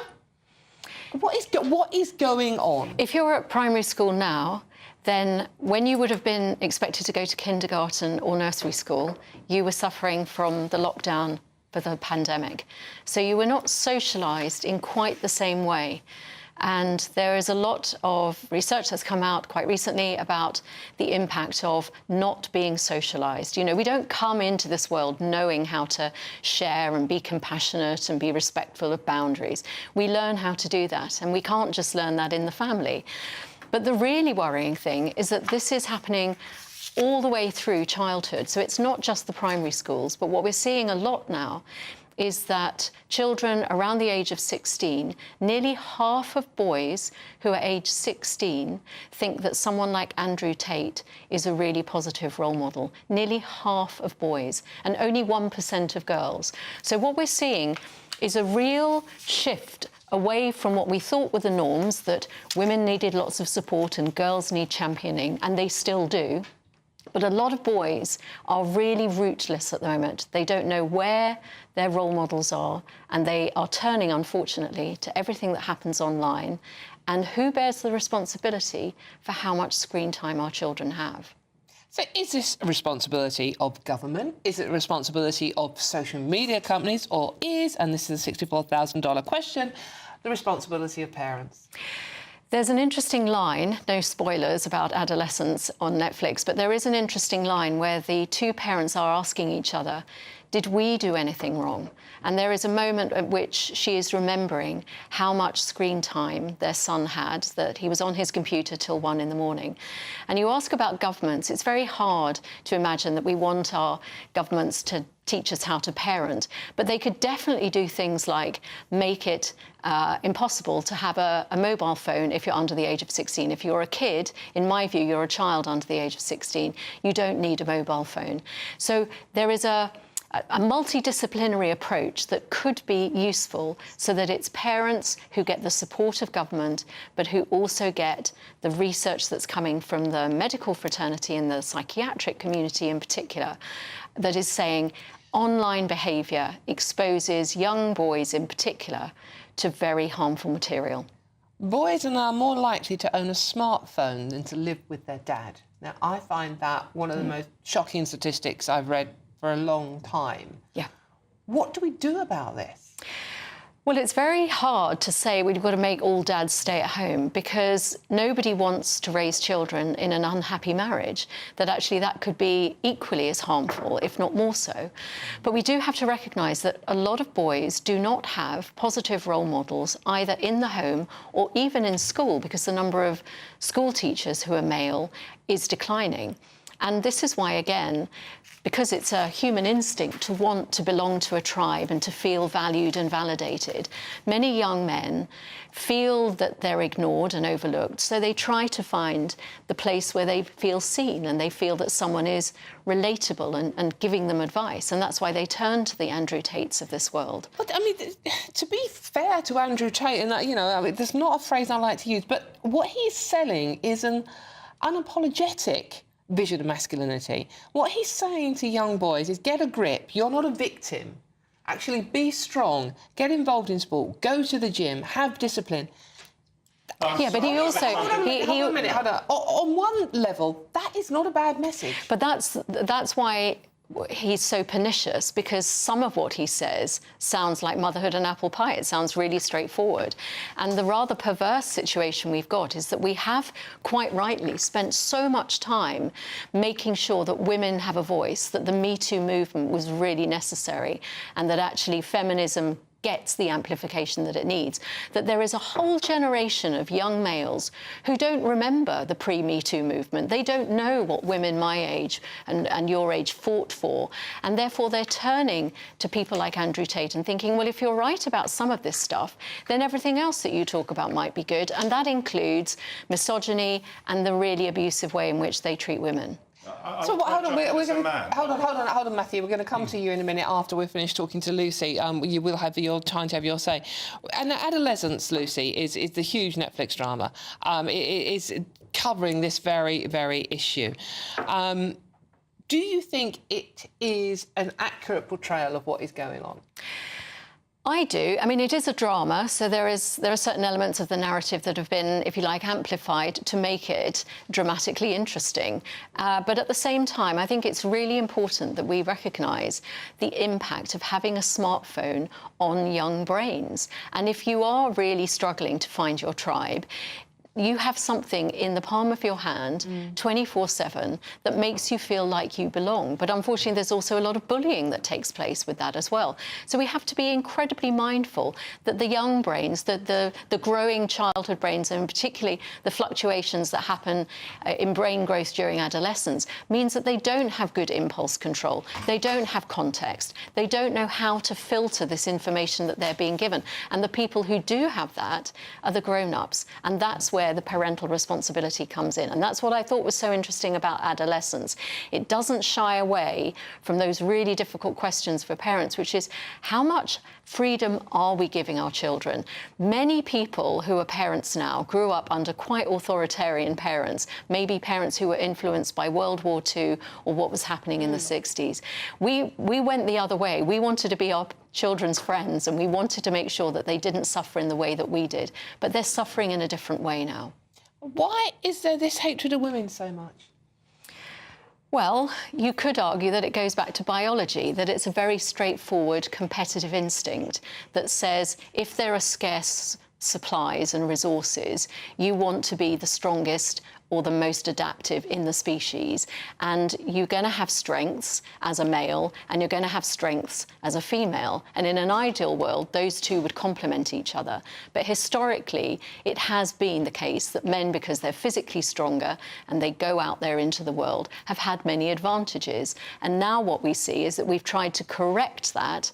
And there is a possibility, and I say this really advisedly, that we have overcorrected. And when, as I say, we are raising a generation of young men who don't remember what women went through, who didn't realise that women weren't on boards of companies and didn't run the country and didn't have a voice and opportunities. And so now they look at that and they think, well, what about me? Why aren't people paying attention to boys? And that's where we need to get the balance right. And just finally, Lucy, what should any parents now who are watching us or listening to us on the radio concerned about their own sons? I mean, and this report about primary schools, we're talking kids as young as 5 and 6.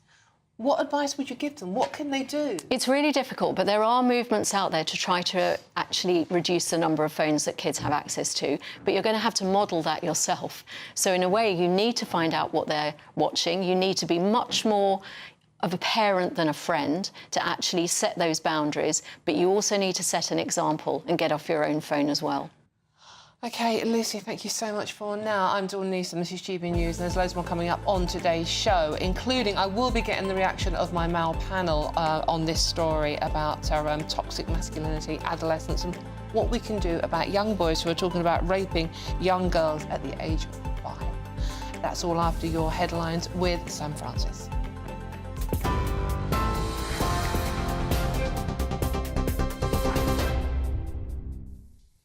Very good afternoon to you. Just after 1:30, let's get you up to date with the top stories. Well, flights are landing again at Heathrow after a fire shut down the airport for much of Friday. At least 9 arrivals have already been cancelled, despite efforts to restore a full service today. Thousands of passengers were stranded yesterday when a blaze at a nearby electrical substation caused widespread disruption. Some flights did resume late last night, but knock-on delays are expected throughout the weekend and into next week. Meanwhile, counter-terror police are investigating, but the Met says there's no sign of foul play. Boxing legend George Foreman has died at the age of 76. The two-time world heavyweight champion made history in 1994, becoming the oldest man to hold the title at the age of 45. He also won Olympic gold in 1968 and, of course, famously lost to Muhammad Ali in the 1974 Rumble in the Jungle.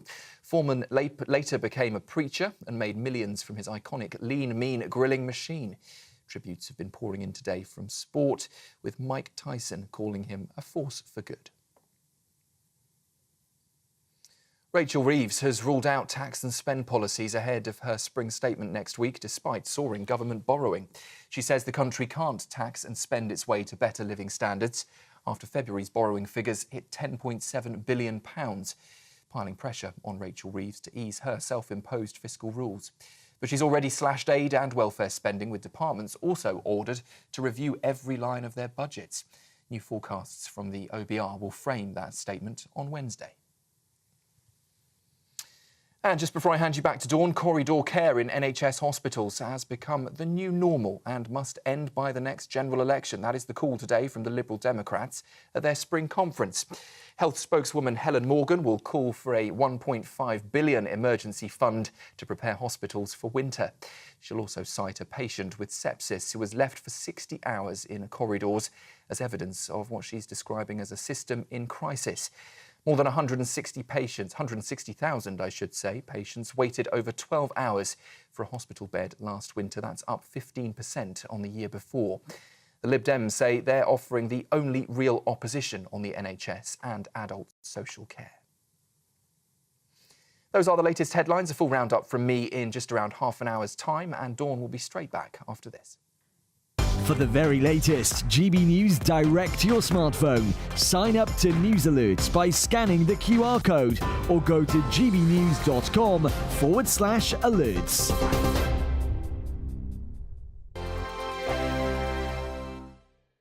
If you want your news to be straight talking, this is a nightmare for the Conservatives again. Down to earth. It's not just Nottingham where this is happening, is it? And most importantly, honest. Hard-working, middle-class taxpayers, they'll get their book thrown at them. Then catch me, Martin Daubney, Monday to Friday, 3 till 6 p.m. on GB News, Britain's news channel. Good afternoon, Britain. Good afternoon, Britain. Join us, Tom and Emily, To find out what's happening in the heart of Westminster. and why it matters to you. Weekdays from midday, we bring you the most compelling stories from across the United Kingdom. And from your doorstep to our inbox. That's right, we want to hear from you. GB News, Britain's news channel. GB News Breakfast. Every day from 6 a.m. Well, this is Chris. This is Biggins. the Botticelli's Venus. Well, right? this gets me incensed. This is unbelievable. Right. Woke union chiefs. But there we are. There's the famous have painting. said that this must be taken down. The birth of Venus. This must not be watched. You mustn't look at this. And there's a trigger warning. Trigger warning. As well, right? Yes. And I don't know who's put the trigger warning on this. Is it the museum where it's held, or Some union chiefs. Oh, right. Woke union chiefs. I mean, this is so. just... What is the offence now with that? What? You can see her belly button. Oh. And a little bit of her titties. I mean, it's a beautiful painting. Yeah, the trigger warning is that this painting may involve nudity.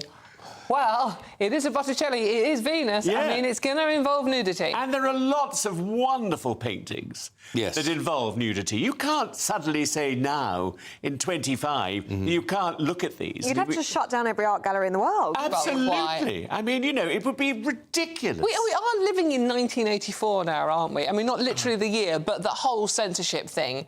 It's like groupthink, you must do this, you must do that. You can't have independent thought. Yeah. You can't look at works of art in case you start thinking the wrong way. It's just like newsflash, classical paintings will probably have nudity in them. Yes. You're right. Angling, and And compared to what you can see on Instagram. Well, yes. GB News, the People's Channel. Headliners on GB News 11 p.m. every night. It's got 3 top comedians going through the next day's newspapers so you don't have to read them, which is great. That's a good point. He's lying. I mean, maybe he's not lying. That's Headliners every night from 11 p.m. and 5 a.m. as well on GB News, Britain's news channel.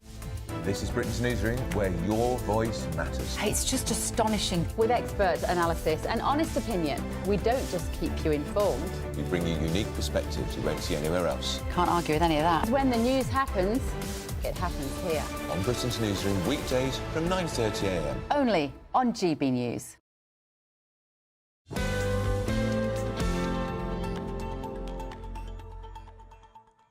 Hello, welcome back to The Weekend with me, Dawn Neeson. Thank you very much for your company this Saturday lunchtime.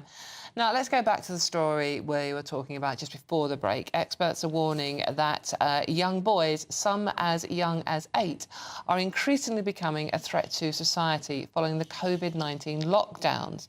Basically, we lock the kids up in their formative years, force them to spend more time online. That is responsible for the rise in incel culture and some of the pornography they see online without, it seems, any checks and balances anywhere along the line.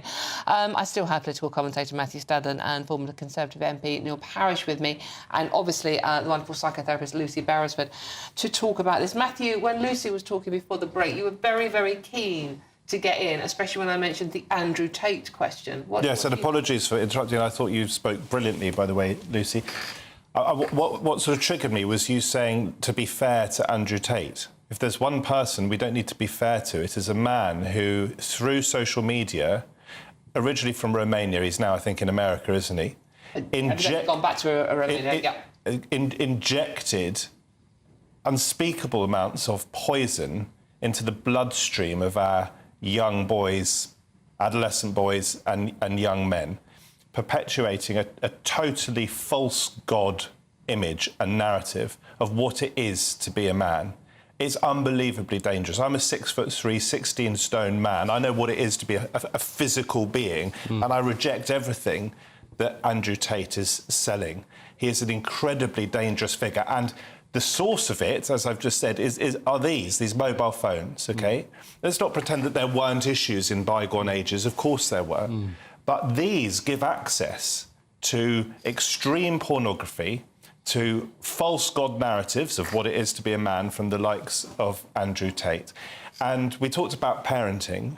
Of course, parents have responsibility, but the reality is that you're going to get parents who aren't up to the job up and down the country. And therefore, the question is, how does society or the state step in where there is that vacuum? And schools, it seemed to me, clearly have a role, not least because of this headline about rape culture in primary schools, for goodness sake.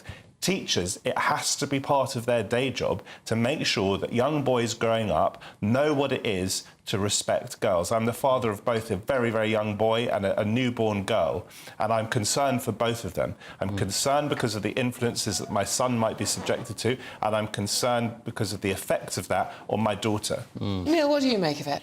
Yeah, I mean, I think... We're an older generation, like That's right. we didn't have this social media pressures that many youngsters have today. I mean, I think Lucy made the point, is it's so much about socialisation, and I think, you see, we live in a culture now where not only was it through lockdown that mobile phones were used so much more and online was used. We literally forced kids into their bedrooms. But you see, even now, middle-class children, all sorts of children they are on their phones all the time. And you see, some parents aren't able to actually monitor what the children are watching anyway, because they don't, not being funny, they don't actually understand, because they weren't brought up with it, understand what they're doing. And so, I think, we've got to try and I think Lucy made an interesting point about trying to sort of take the phone away from the child. Now, I think that would be a really good thing, but it would have to be done uniformly, because otherwise, you see, there's so much pressure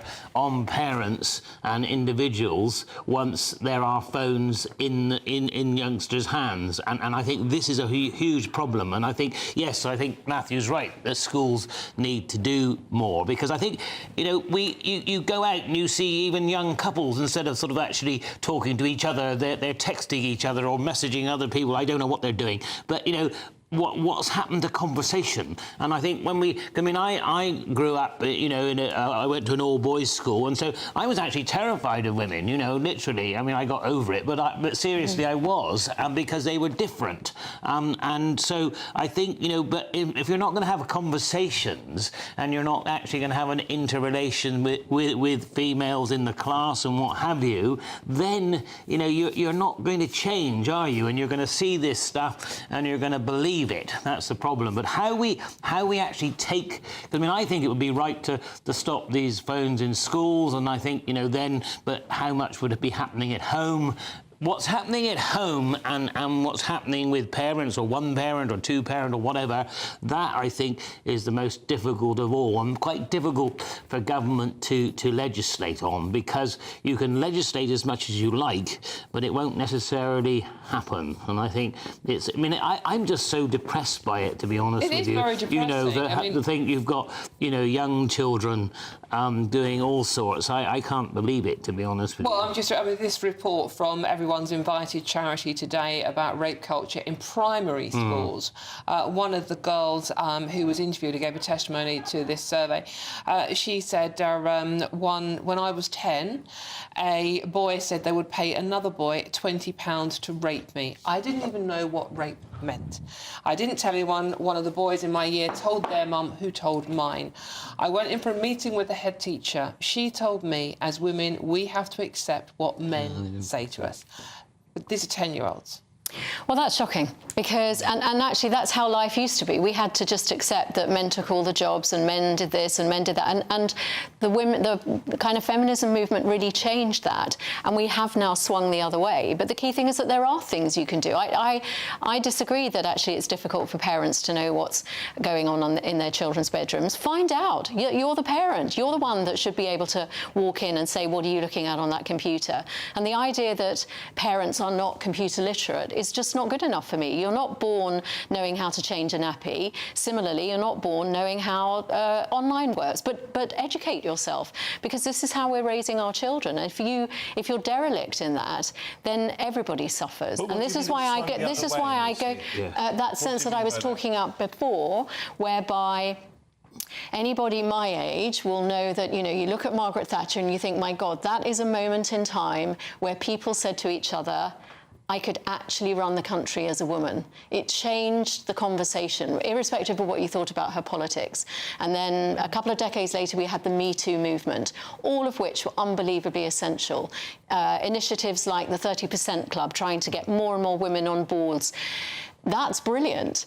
But it's raised now we've got a generation of men, let's say under the age of 13, who think, well, what about us? No one's talking about us. No one's really paying attention to what we need and how we get a job and where we have those role models. So we need to remember that actually just because they're male doesn't mean they're part of the male patriarchy. We are running out of this.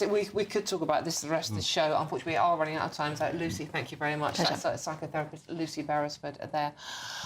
Well, what do you think? gbnews.com/your say. Very important conversation. Please do join in. Now, lighten up a bit, shall we?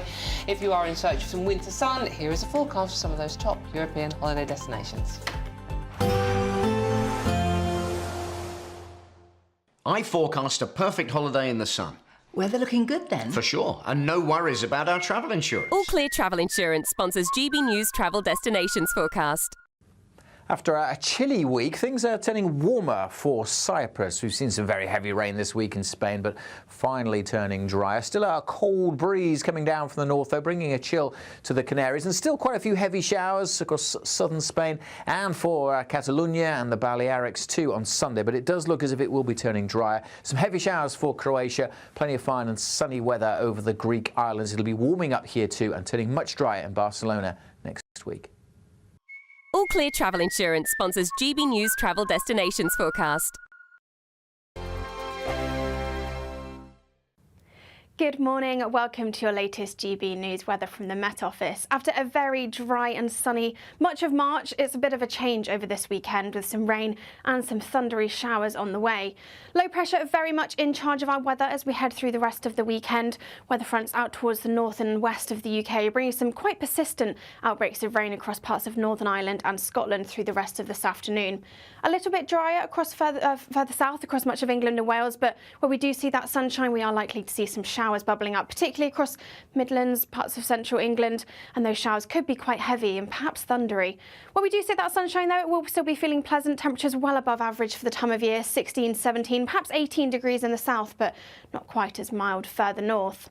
As we then go into Saturday evening, we see those showers across the Midlands persisting well into the evening period. Again, there could be some localised flooding in places. Some clearer spells across parts of Wales, southwest England, but for Northern Ireland, northern parts of England and much of Scotland, it's going to be a cloudy end to the day. There's outbreaks of rain continuing through Saturday evening and into the start of Sunday. As we go through the rest of the evening period and overnight, the showers across the Midlands perhaps merging to longer spells of rain as they push their way northwards, so continuing to be a really damp end to the day on Saturday here. Perhaps turning a little bit drier across the very far south, and that rain easing across parts of Northern Ireland and western Scotland into the early hours of Sunday morning, but northern and eastern areas still seeing a very damp start to the day on Sunday, and with plenty of cloud around, that does mean quite a mild start to the day too. Some places in the south perhaps holding up into the double figures to start the day. So a drier start, but a mild start across much of England and Wales. Perhaps northern England still holding on to some of that outbreaks of rain, and that gradually easing as we go through the daytime. But further south, where we do see some sunshine, once again seeing those showers bubbling up, and they could be heavy and thundery in places, again causing some localised flooding, and temperatures well above average again for the time of year. Join me, Camilla Tominey, for a frank and honest discussion with those in power that cuts through the spin and gets to the heart of the issues shaping our nation. You haven't confirmed that you want to stand as leader, but you haven't ruled it out either. This report basically says that he's not fit to stand trial. Is he indecisive? Incompetent? I deliver the dose of reality Westminster needs. That's the Camilla Tominey Show at 9:30 every Sunday on GB News, the People's Channel, Britain's news channel. Hi, I'm Michelle Dewberry, and my show is your opportunity to cut through all the noise and dive in headfirst to some robust debates. Ideas clash. Situation, isn't it? No, because the failure is you're deliberately avoiding my point. Nothing's held back, And if you think this is the end of it, wait for more. and we do not shy away from the difficult stuff. Sometimes I want to shake people and say, if only you understood. So join me on Dubes & Co. weeknights at 6 p.m. only on GB News, Britain's news channel.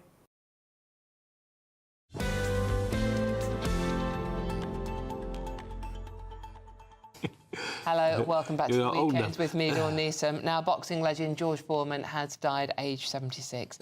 Big George, as he was known, built a remarkable career inside the ring, winning Olympic gold medal in 1968 and claiming the world heavyweight title not once but twice, 21 years apart. He's best known for that infamous Rumble in the Jungle bout with Muhammad Ali, which has been called one of the greatest sporting events of the 20th century, watched by as many as 1 billion people around the world.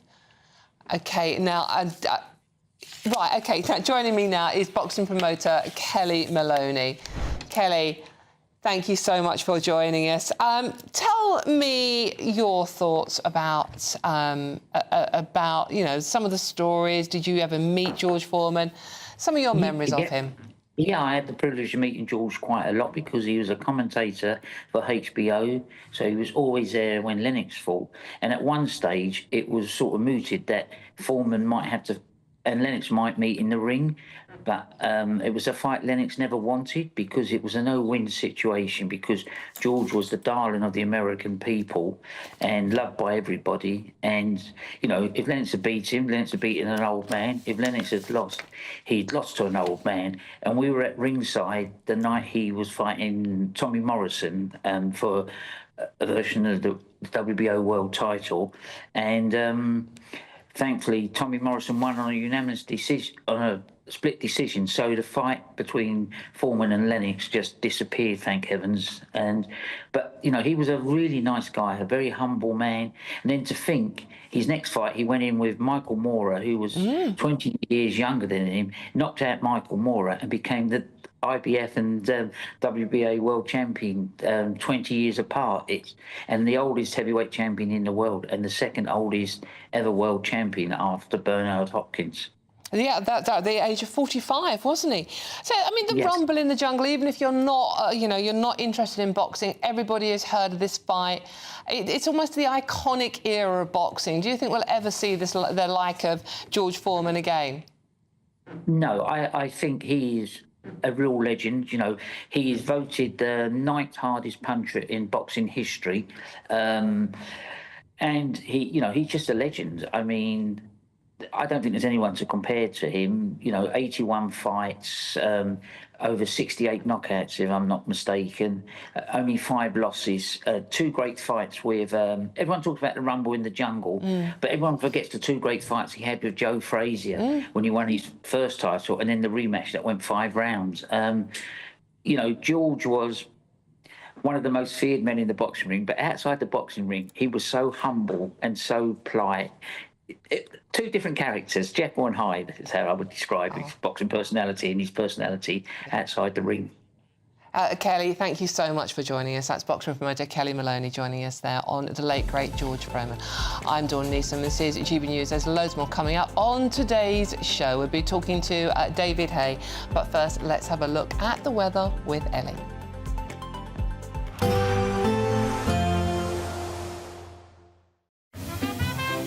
Heavy showers first thing will be followed by a warm, cosy day.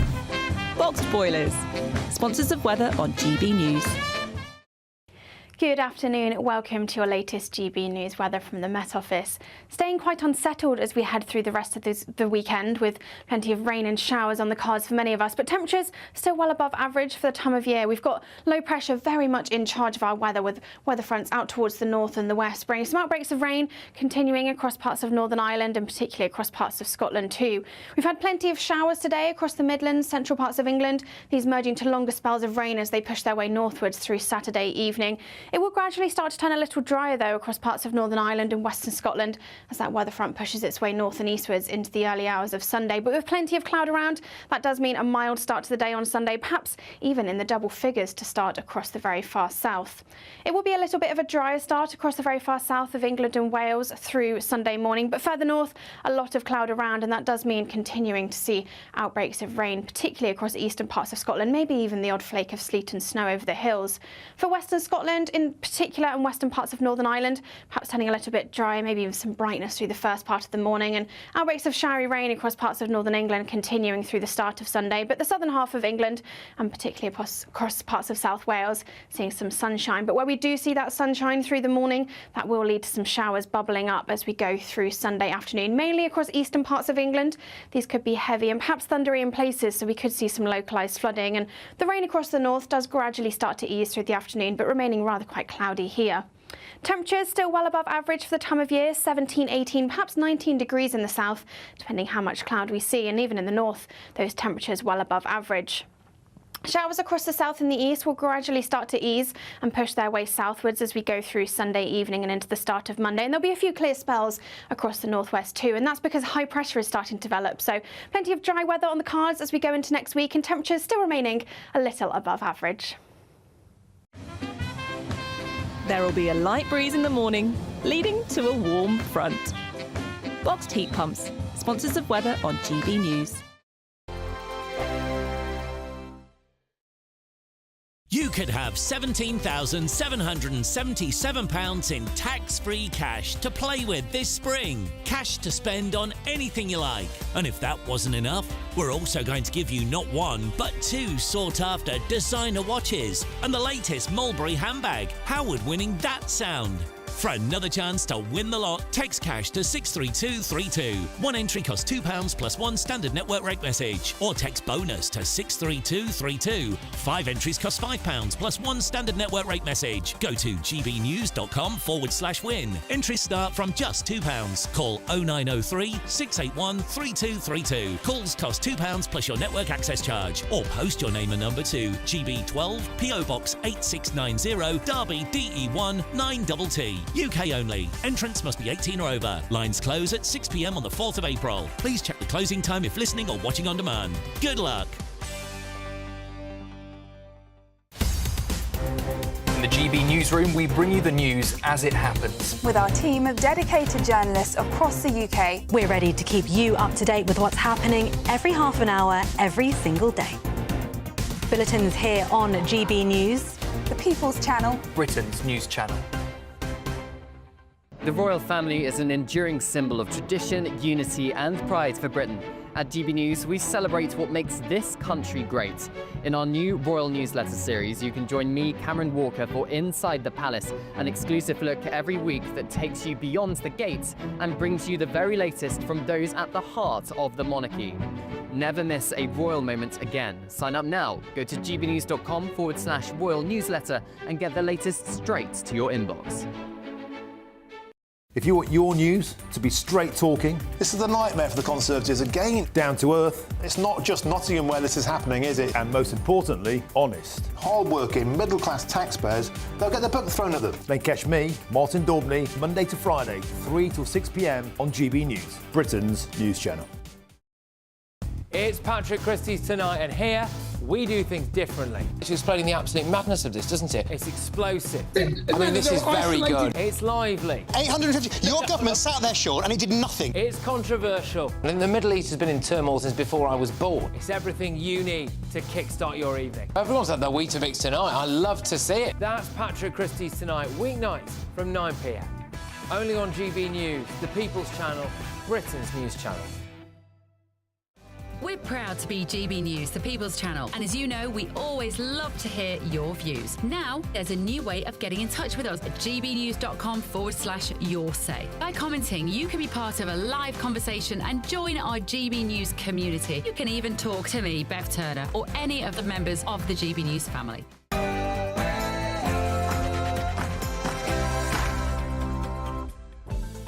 Good afternoon, it's 2 o'clock on Saturday, the 22nd of March. This is The Weekend on GB News, and I'm Dawn Neeson. Thank you for your company. Your stories this hour. Heathrow boss Thomas Welby is proud of how the airport handled yesterday's meltdown, despite widespread criticism and accusations of a colossal failure. We're live at the airport for you.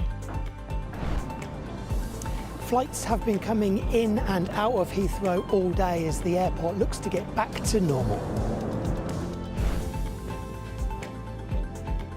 It's business as normal here at Manchester Airport, but it's certainly busier as people opt to fly from here instead of Heathrow. And the High Court has granted Cambridge University a 4-month protest ban blocking pro-Palestine protests on parts of its campus. But is that a threat to free speech? And branded as Disney's wokest film yet, Snow White hit their box offices yesterday. But what did cinema lovers really make of it? We'll be getting all the lowdown on that story. Lowdown dwarfs, was that a pun? I'm not even sure. I'm Dawn Neeson and this is The Weekend.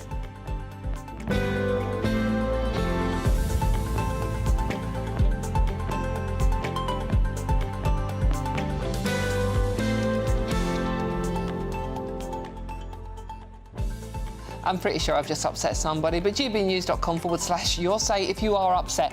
But thank you for your company this Saturday. I really appreciate it. I know how busy weekends can be, and my favourite part of the show is chatting to you lot and seeing what's making you tick. What do you want to talk about? Obviously, we're discussing all the big news stories today, but you can have a natter about anything you want, and it's very easy to get involved. gbnews.com/yoursay and join in our conversation, and we'll read as many of your comments out as I possibly can. Keeping me company today is political commentator Matthew Stadlen and former Conservative MP Neil Parish. Thank you very much, gentlemen, for joining me. But before we get stuck into all the stories we're discussing, let's get the news headlines with Sam Francis.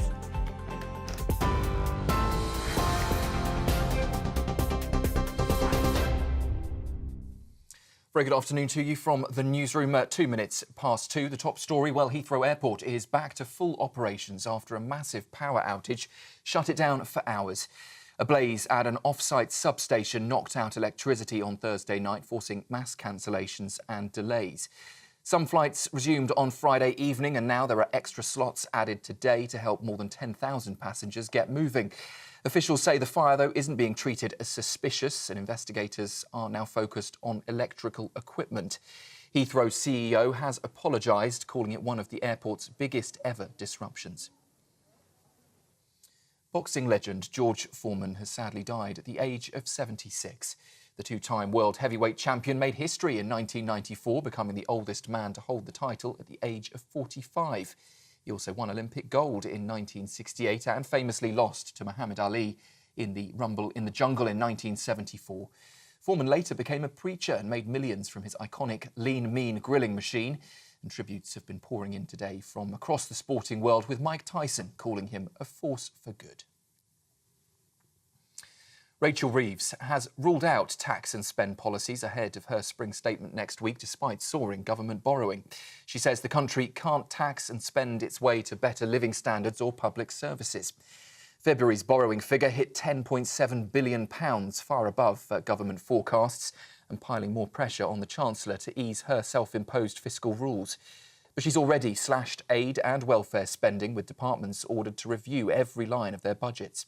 New forecasts from the Office for Budget Responsibility will frame her statement on Wednesday. Corridor care in the NHS has become the new normal and must end by the next general election. That is the call from the Liberal Democrats today at their spring conference. Health spokeswoman Helen Morgan will call for a £1.5 billion emergency fund to help prepare hospitals for the winter period. It comes as more than 160,000 patients waited over 12 hours for a hospital bed last winter, up 15% on the year before.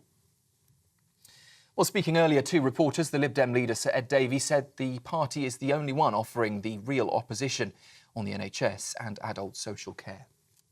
I'm really worried about what's happening in hospitals up and down the country. I go to my own local hospital and there's so many people being treated in the corridors of the hospital, and that's not right, it's not good medicine, and it's not dignified. And so we need to end corridor care. So we put forward a plan, a Liberal Democrat plan, to do that over the next few years, and we're calling on the government to step up. And Donald Trump has revoked security clearances for Kamala Harris, Hillary Clinton and a string of other top former officials. The move also confirms Trump's decision to strip Joe Biden of access to classified information. In total, 14 names appear on that list, including Anthony Blinken, Liz Cheney and former Russian advisor Fiona Hill. Trump says it's no longer in the national interest for them to retain access. Former presidents, though, and top officials do usually keep their clearances as a courtesy. Those are the latest headlines. More from the newsroom in half an hour. Now, though, let's get straight back to Dawn. For the very latest GB News direct to your smartphone, sign up to News Alerts by scanning the QR code or go to gbnews.com/alerts.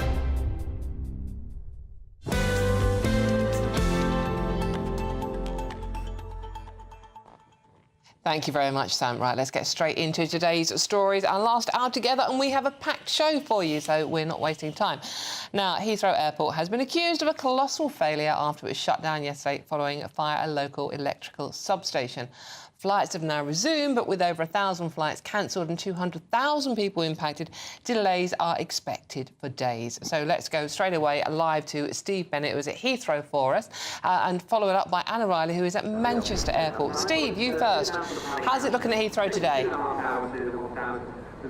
Yes, we are seeing plenty of planes, which is the good news for passengers. I've been here since about 6:30 this morning, and flights have been coming in and out of the airport regularly and pretty much up to speed, one every 45 seconds. It's pretty much similar to those numbers. And as you mentioned yesterday, almost 250,000 people disrupted by not being able to pass through this airport yesterday, having been cancelled, delayed altogether, or rerouted to other airports. And the issue with getting it back online as quick as possible is making sure people are in the right places, making sure the planes are in the right places, the crew, the passengers, because they're scattered all over the globe as a result of having been diverted away from this airport. So British Airways have said they hope to run 85% of their scheduled flights today, but having said that, they have already cancelled 80. So the advice to anyone travelling, still come to the airport as planned, but just check with your airline to make sure your flight is running. Thank you very much, Steve. Now let's go to Manchester Airport, where we have Anna Riley. Anna, I'm assuming it's slightly busier at Manchester than normal? That's it, Dawn. Yes, still business as usual here at Manchester Airport, but busier than normal. There's no extra flights that have been laid on, but the ones that are running, around 234 flights per day run from Manchester Airport. Some of them are at capacity, or certainly more full than they would normally be. Speaking to passengers here as well, they've told us that they have been diverted from Heathrow, or they couldn't land at Heathrow and they've decided to come here to Manchester instead to have a guaranteed flight so they can still get away and still enjoy their holiday and not let it be ruined by what happened at Heathrow. That's great. Thank you very much. It's Anna Riley from Manchester Airport for us. Thank you very much. Joining me now is travel correspondent at The Independent, the wonderful Simon Calder. Simon, good to see you. You've had a busy 24 hours, haven't you? Oh, there's been one or two things on, Dawn, but yeah, I'm now at London Euston Station. I was actually in Glasgow with a British Airways booking. That obviously didn't happen yesterday. They said, oh, well, look, we can get you back Saturday evening. And I said, I've got to talk to Dawn. So I've been travelling by train instead. Great to hear from Steve Bennett at Heathrow. Worth saying that while Heathrow is saying we're back to full operation, what they mean is if you've got your pilots and your planes and your passengers in the right place, we can probably handle that. But everything is still in disarray. We heard about all the cancellations on British Airways, total of 100 cancellations today. I think that's going to affect something up to 20,000 passengers, taking us to easily 250,000 since this power plant caught fire and closed down Europe's busiest airport. And there's lots of odd things going on as well, Dawn. So I think we've just seen the takeoff from Birmingham Airport of a British Airways flight from Hong Kong, which got in there yesterday morning, and it's been stuck on the ground, and they're finally flying it down to Heathrow. BA's got flights in Zurich, in Frankfurt. It's bringing those back to Heathrow. People going to Nassau and to Philadelphia have got to wait till they've got those. And Virgin Atlantic has finally brought back its flight from Atlanta, which only got as far as Shannon in the beautiful west of Ireland before it landed there. So an absolute mess. Anybody who's travelling today, there's a good chance you're going to get away. But the rest of us who had bookings for yesterday, we basically just go to the back of the queue and hope for the best. But I mean, that's the problem, Simon. You are going to go to the back of the queue, and I'm not convinced. I don't have any confidence this is going to get sorted out within a couple of days, like we're being told. Well, look, the way I see it is this, and you know perhaps that I've covered one or two of these crises. There are ways that the airlines can respond. So, for instance, British Airways short-haul operations, I don't know if you've ever seen how they distinguish between business class and plain old economy with you and me, and that's they leave the middle seat of each row of three empty. And what they've decided to do in response to this crisis is all the domestic flights, all the flights from Heathrow to Dublin, they are going to fill that seat. That gives them an extra 24 seats on each flight approximately, and that will help clear the backlog. And these backlogs, I mean, you might think, well, 250,000 people, it's going to take days, but actually very often it's kind of self-clears, because there will be loads of people who were due to go away on Friday for the weekend who just thought, well, you know, there's no point. We're not going to be able to get anywhere. So I think many people will be where they need to be by the end of the weekend. There'll be a few stragglers Monday and Tuesday. And look, if I was in Singapore or something and the airline said, oh, we can't get you on a flight till Friday, and it was British Airways, I'd say, well, that's fine, because you've got to pay for my very nice hotel and 3 meals a day while I'm here, and I'll put my feet up. But that's all I would say. I don't think it's going to be too bad. But now the recriminations begin. I talked to the chair of the Transport Select Committee, Ruth Cadbury MP. She is demanding an urgent inquiry into what went wrong. Simon, just very quickly, it is an embarrassment. Have you ever seen anything like this before?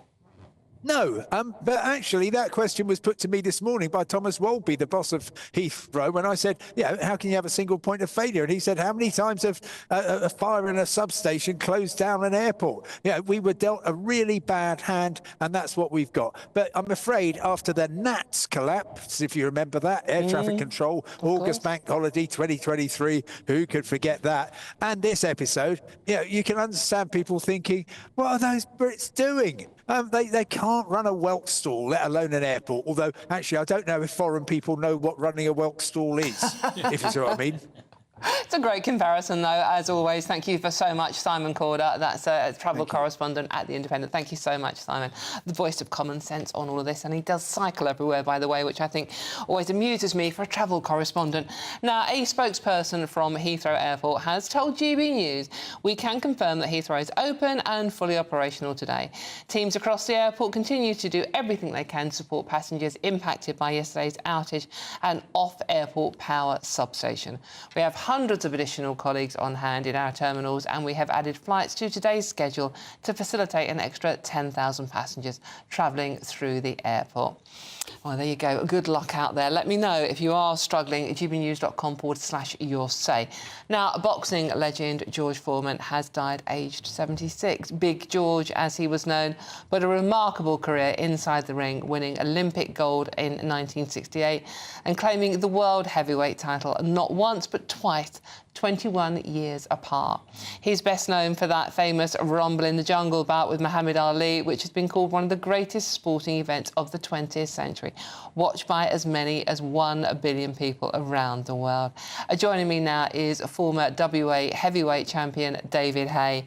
David, thank you so much for joining us today. David, sad news. What does he mean? What does George Foreman mean to you?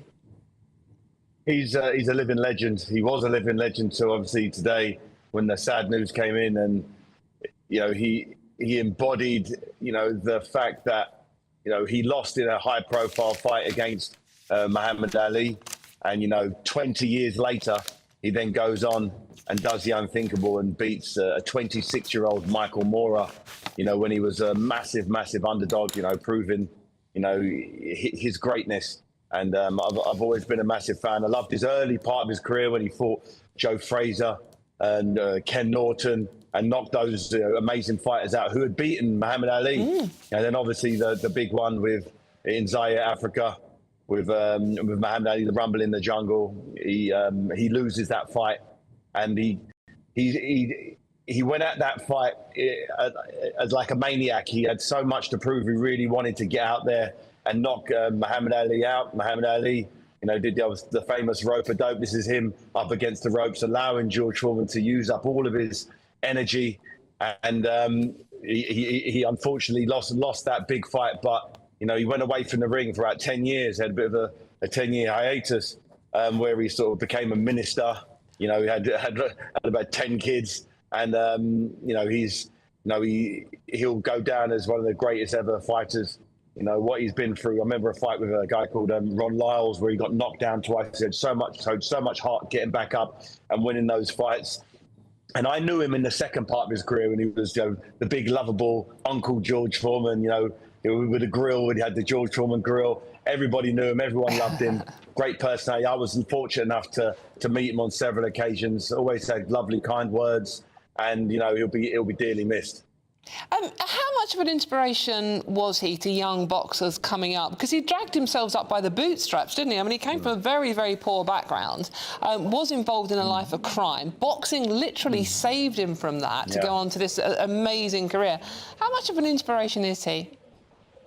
He's a huge, huge inspiration. He went to the Olympics in '68. Got a gold medal there.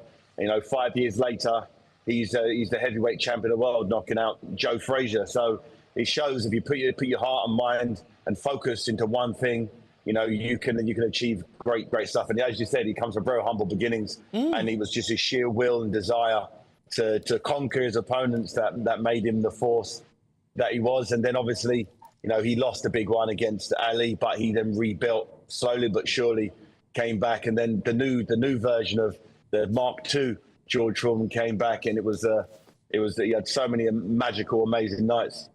Here's him in Zaire, Africa, big character. One of the biggest fights, if not the biggest boxing match in the history of boxing, shown billions of people worldwide watched it. I mean, James Brown was playing live. It was a massive spectacle.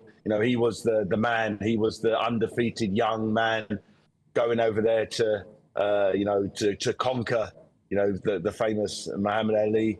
And it didn't work out for him that night, but he came back again. It shows how good he was. 20 years later, pretty much to the day, that he could then go and beat, Michael Moorer. Michael Moorer was a great fighter in his own right, a southpaw. He knocked him out. And, I remember George Foreman, I think he was about 42 years old, and he challenged Evander the Real Deal Holyfield after Holyfield knocked out Buster Douglas, who knocked out Mike Tyson. And he gave Holyfield one of Holyfield's toughest fights, and no one believed he deserved the right to challenge for the title. And he pushed Holyfield to the wire. I really remember that fight. It was a very, very tough fight for Holyfield. And then, a couple of years later, he gets another opportunity where people said he didn't deserve it. And he then pulls off. He lost every single round for 10 rounds. People were saying they should stop the fight. And he pulled that one right hand out to flatten Moorer. And he was a two-time heavyweight champion at 45 years of age. 45, that's quite astonishing, isn't it? I mean, Fraser, Ali, George Foreman, these are iconic names of boxing. And as you say, the Rumble, it's the only boxing thing that's actually got a concert based around it. You can actually get the soundtrack. I've got the DVD here. You can get the soundtrack to it. With all the great soul legends at that concert in Africa. Do you think we'll ever see the likes of this again in boxing, or has it changed and moved on so much? The game has changed. Back in the day, they used to fight significantly more often. Now you get one fight a year, 2 fights a year, if you're lucky, from a heavyweight champion. Back then, they used to fight 3, 4, 5 times sometimes per year in heavyweight title fights. Foreman had 82 fights by the end of his career. If you compare that to, the 33, 34 like an Anthony Joshua would have now, they fought a lot more. He fought in over 15-round distance. and it was a tougher game back then. But the good thing is, boxing now, with the insurgence of the Riyadh season in Saudi Arabia, there's a lot more money in the game, which means a lot of the fighters are now fighting each other. They're not fighting, they're not hand-picking their opponents. The best are fighting the best, and it's getting more like it used to be in the golden era of boxing, in my opinion. David, just one final question, obviously the serious question I'm going to ask you. Do you own a Foreman grill? I've owned a Foreman grill for many, many years. Since I was a little kid. It was a Christmas present we got, and it got many grilled chicken breasts. It was fantastic. I think everybody's got one somewhere, and in the cupboard somewhere. Yeah, we certainly do. David, thank you so much for joining us. That's former WA heavyweight champion David Hay. Thank you so much for joining us with a wonderful tribute there to the late George Foreman, who we lost on Friday night. OK, for all the best analysis and opinion on that story, please do go to our website, which is at gbnews.com. Now, if you want to make your spring spectacular in our latest Great British Giveaway with your chance to win £17,777 in tax-free cash, here's all the details you need. You could be the next big winner of the Great British Giveaway, as we have an incredible £17,777 in tax-free cash to be won. Cash that you'll be able to spend on anything you like. And if that wasn't enough, we'll also give you the latest Mulberry handbag, and not one, but two sought-after designer watches, so you can style it out this spring. For another chance to win the lot, text cash to 63232. One entry costs £2 plus one standard network rate message, or text bonus to 63232. 5 entries cost £5 plus one standard network rate message. Go to gbnews.com/win. Entries start from just £2. Call 0903 681 3232. Calls cost £2 plus your network access charge, or post your name and number to GB12 PO Box 8690 Derby DE1 9TT. UK only. Entrants must be 18 or over. Lines close at 6 p.m. on the 4th of April. Please check the closing time if listening or watching on demand. Good luck.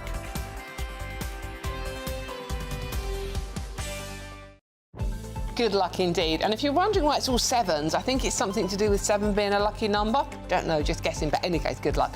I'm Dawn Neeson, this is GB News, and there's loads more coming up on today's show. The High Court has granted Cambridge University a 4-month protest ban, blocking pro-Palestine protests on parts of its campuses. But is this a threat to free speech, or is it just common sense so people who are graduating can do so in peace? All of that and much more to come. This is GB News, Britain's news channel. We'll see you very soon. Join me, Camilla Tominey, for a frank and honest discussion with those in power that cuts through the spin and gets to the heart of the issues shaping our nation. You haven't confirmed that you want to stand as leader, but you haven't ruled it out either. This report basically says that he's not fit to stand trial. Is he indecisive?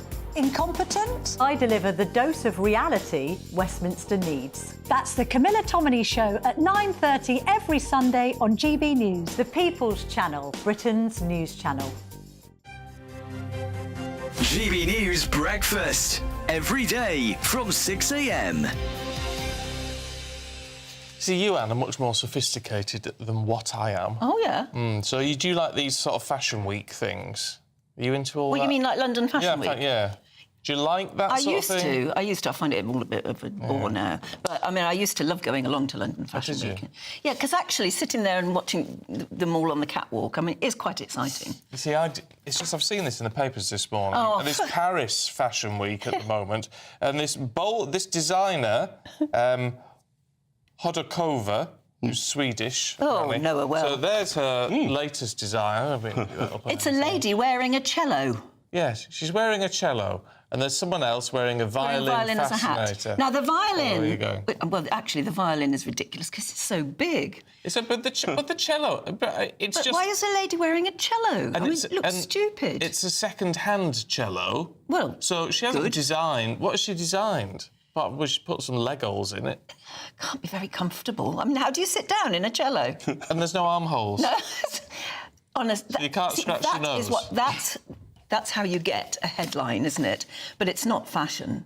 But apparently they're all the models are wearing smudged eyeliner, which looks like someone's done their eyeliner with a Sharpie. And that's very Bieber, that is. Inspired by punk rock. I used to go to the clothes show in Birmingham. Do you remember that? Yeah, I remember the clothes show. Tim Vincent presented it. Yeah, it was a very big deal, but I think those days are a bit over. It's a bit like Meghan's programme on Netflix. Those days are over. Yeah. I mean, it's very, very dated to be pretending to be the perfect hostess and you just spend hours arranging fruit on a plate. It's just not done nowadays. We're all a bit more practical. GB News, the People's Channel. Good Afternoon Britain isn't just about us. The wonderful thing about this programme is it's about everyone watching. It's an interactive programme. Well, there absolutely is something to see here, and we're going to be talking about it more. Whether it's breaking royal news, Please bring us up to date. or indeed a particularly punchy speech in the House of Commons, Very, very curious. we bring it to you live, and then we bring you live reaction as well. That's Good Afternoon Britain, weekdays from midday. Only on GB News, the People's Channel, Britain's news channel.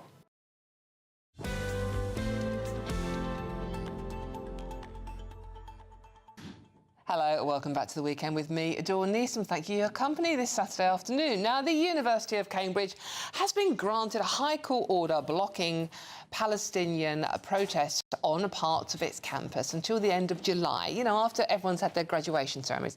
The High Court ruled there was an imminent and real risk of protest reoccurring at the university. Now, is this a threat to free speech, or is this just letting kids who've just graduated, worked hard, get their degrees in peace? Let's see. I've got a really good panel for this one, because Matthew Stadler, you were at Cambridge, weren't you? I was. You graduated with a first. No surprise there. But I also had a lot of privilege in my life. Yes. Went to a private school, Yeah, had you don't parents have to, who were involved. You don't have to be so defensive. But if you'd have been graduating, OK, and someone was jumping around and waving a Palestinian flag, or any flag, to that matter, and sort of like getting in the way of what you have achieved, you'd be angry. You just want to punch It would them. really, really have annoyed me. And that's not to say that what's going on in Gaza isn't anything other than utterly catastrophic, where people are suffering infinitely more than Cambridge students who are being disturbed by protesters. I'm a firm supporter of free speech, and I backed the right of those protests to go ahead, although there were other considerations to balance. In this case, I think it's tricky because you do have to get a balance with all of these things between the fundamental right in our democracy, which we should all be proud of being able to demonstrate and to protest, at the same time as protecting the rights, and they are rights, of other people not to have to endure unreasonable disruption to their daily lives. For example, leave Cambridge out of it for a moment. We all have homes. We all live somewhere in the country. And if there were repetitive protests on a single issue on the streets outside our homes, day after day or week after week or whatever it would be, our rights at some point have to kick in.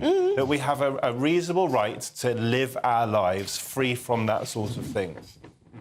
I think Matthew's being too modest about getting a first from Oxford. I think he probably worked very hard. Cambridge. Cambridge even, and fell at the first hurdle. But seriously, I think he worked very hard and deserves it. I think, no, it's right for the courts to take action. I think, yes, it's horrendous what's happening in Gaza, and we need to take it very seriously. But is actually protesting at Cambridge the right way of doing it? I think not. I think you've got to be equal, though. If you're going to stop Palestinian marches, you'd have to stop pro-Israeli marches or whatever happening. I think you've got to be quite even-handed on this. But I think, you know, if you've actually worked blooming hard to get your degree, you want to be able to celebrate it. And I think there's just too many of these marches and too concentrated, and so I think that's why Cambridge took it to the court. I think we've got another one going on in London today. Yeah, I mean, I think, you know, I mean, there is, you know, I mean, we've got to, you know, one day, hopefully,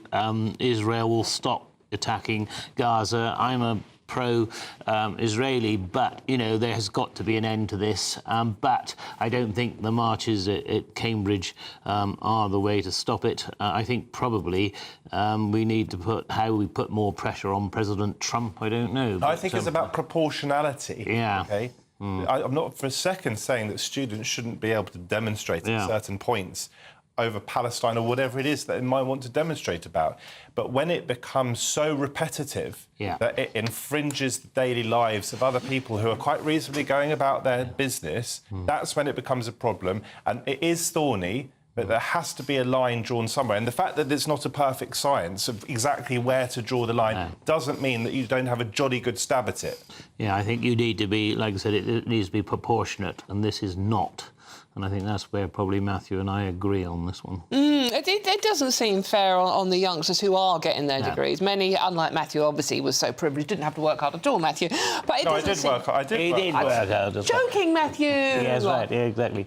Yeah, he's. The trouble is, you've got to defend everything these days, haven't you, Matthew? But seriously, I celebrate what you've got. Celebrate success. And I think sometimes, joking apart, I think sometimes in this country we don't celebrate our success enough. I mean, love or hate the Americans, they do actually go for it. Whereas we've almost got to apologise for being successful. So don't apologise for being successful. What I'm doing, the day I went and looked at the Senate building and saw my name there with a first-class degree was one of the proudest days in my life. Yeah. Absolutely, I was proud of it. But you have to be modest and realistic enough, self-aware enough to understand that it wasn't just a credit to me. I was incredibly fortunate, and a lot of children living round the corner from me in London growing up did not have the same opportunities as I had. That's all. No, I accept that. But like I said, don't apologise for being successful. It is astonishing this had to go to court, though. Sorry? This had to go to court. It's astonishing. It's like, just let the kids have their ceremonies, get their bit of paper, throw their hats in the air. But of course, in a democracy, that is where we are, though, aren't we? We do allow demonstrations, and when I used to go in and out of Parliament, there was somebody else demonstrating every day, and we just accepted it and got on with it. And I think that's a good thing. Because you had one or two individuals who made daily life for politicians, journalists, members of the public, the one with quite miserable. Certain person with a loudspeaker, and he could get right into Parliament. I can see the worries that people had about clamping down on protest in the very seat of our democracy. Yeah. But at the same time, you have to try and balance different rights, competing rights, and that's where it gets very difficult. Yeah. And I think that's where you need the wisdom of Solomon almost to get it right. But we do be able to allow demonstration, though. Absolutely. That's the one thing we do have to allow. But like I said, it's without that, we're finished. We just hang up our hats if we're not able to. This is a free speech channel, is it not? Yeah, it is, but I'm going to shut you up. Very much so, especially with Dawn presenting it. All right, you can both shut up now. Now, a spokesperson and there would be a spokesperson, wouldn't they, for Cambridge University said the action was never about preventing lawful protest. There you go. What do you make of it? gbnews.com/your say. Join in this conversation. I'm Dawn Neeson. This is GB News. There's loads more coming up on today's show. President Trump has expressed his love for the King yet again. In a post on Truth Social. More of that after the news with Aaron Armstrong.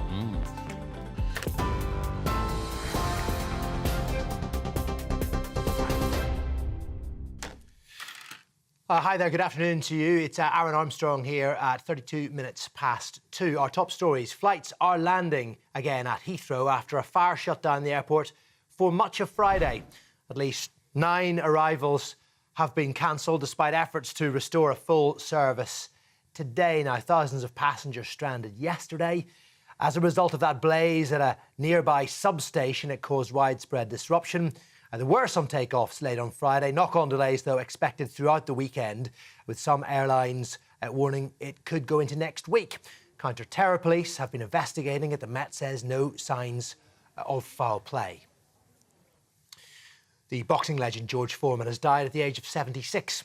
The two-time world heavyweight champion made history in 1994 when he became the oldest man to hold the title. But the pictures you're seeing are more reminiscent of that famous Rumble in the Jungle when he fought Muhammad Ali in 1974 and lost to the rope-a-dope tactics. Foreman later became a preacher and then a businessman. He made millions of dollars from his iconic lean, mean grilling machine. Plenty of tributes across the world of sport. Mike Tyson, another fellow heavyweight, has called George Foreman a force for good. Rachel Reeves has ruled out tax and spend policies ahead of her spring statement next week, despite soaring government borrowing. She says the country can't tax and spend our way to better living standards or better public services. February borrowing hit £10.7 billion, That's more than $4 billion above forecasts, piling pressure on the Chancellor to ease her self-imposed fiscal rules. But she has slashed aid and welfare spending, and departments have been ordered to review every line of their budgets. New forecasts from the OBR will frame her statement on Wednesday.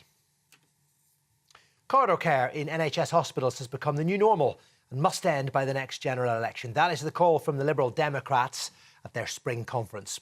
Today, the health spokeswoman Helen Morgan has been calling for a £1.5 billion emergency fund to prepare hospitals for winter. She's citing a patient with sepsis who's been left for 60 hours in a corridor as evidence of a system that is in crisis. And more than 163,000 patients waited more than 12 hours for a bed last winter, a 15% rise on the year before. Well, the Lib Dems say they're offering the only real opposition on the NHS and on adult social care.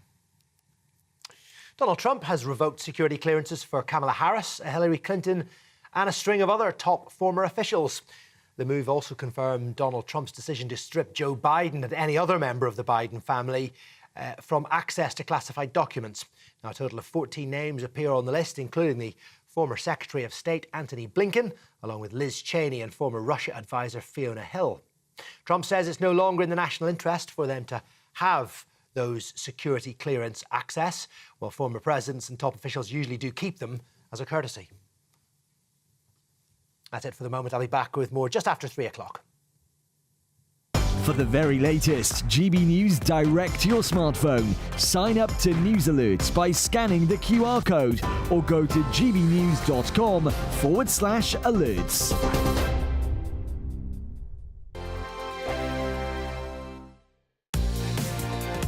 Mornings don't have to be tiresome, especially if you have the right company. Wake up to news as it happens, opinion and debate, and of course, a little bit of entertainment too. Because when the kettle's on, we're on. That's Breakfast on GB News, a show worth waking up for. Every morning from 6 a.m. Only on the People's Channel, Britain's news channel. We'll spread the news, you spread the word. This spring, the Chancellor steps up to the dispatch box to make a statement. But what kind of statement will it be? Taxes, spending, growth, benefits, cost of living. What's changing? And more importantly, how does it affect you? Does she have the headroom to make headway? Will it ease the squeeze or tighten the grip? Will businesses boom or struggle to survive? And does the spring statement have real impact, or is it just political posturing? GB News brings you the analysis that matters.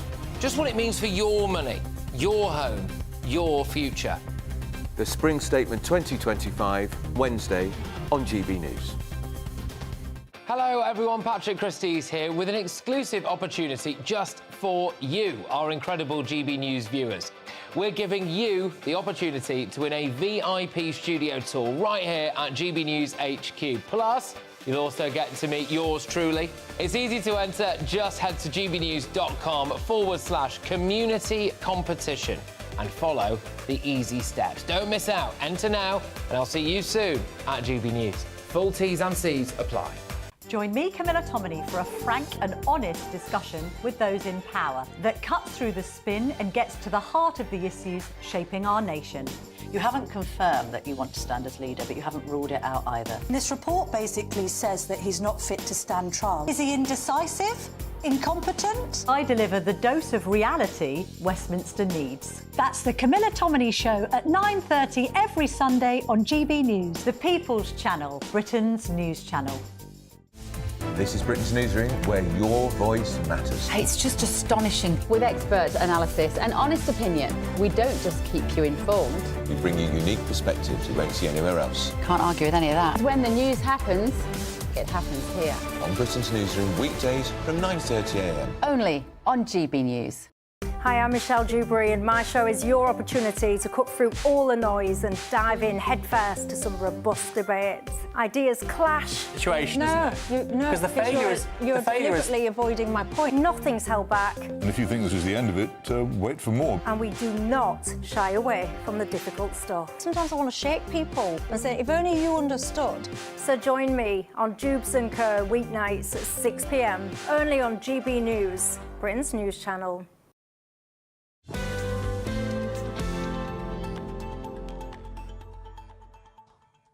Hello, welcome back to The Weekend with me, Dawn Neeson. Thank you for your company this Saturday afternoon. Really appreciate it. Now, the remake of the Disney classic Snow White has been released in cinemas. That was yesterday.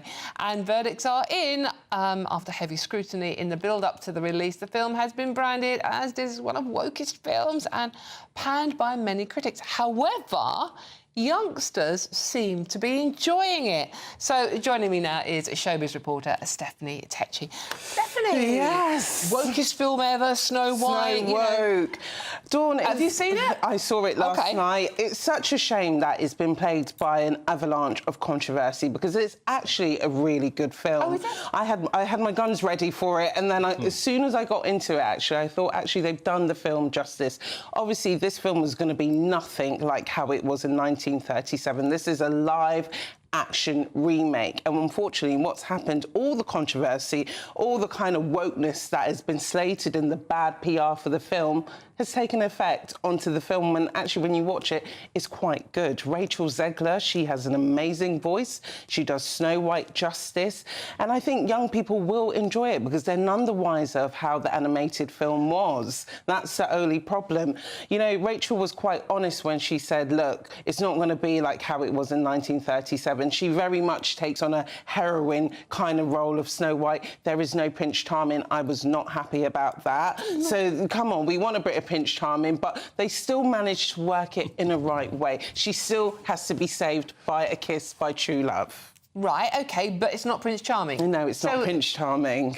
And is it consensual, this kiss? Does he get written permission? Yeah, it's fine for now until probably the next film, but it works in that sense. Who's kissing her? Well, a bandit, a prince, who is the Prince of Thieves, basically. So he's not Prince Charming. Robin Hood? It's a twist, yeah. Robin Hood, a Robin Hood-style prince. Right. But it still works. I had my bee in the bonnet about the dwarfs because obviously, you know, we see it in 1937. We see Snow White with the dwarfs, which they've now ditched the title of, and they've changed it to Snow White and her magical animated creatures. So I thought I was going to be on the edge about that and not happy, but actually they use CGI, and by the end of it, you do fall in love with these creatures.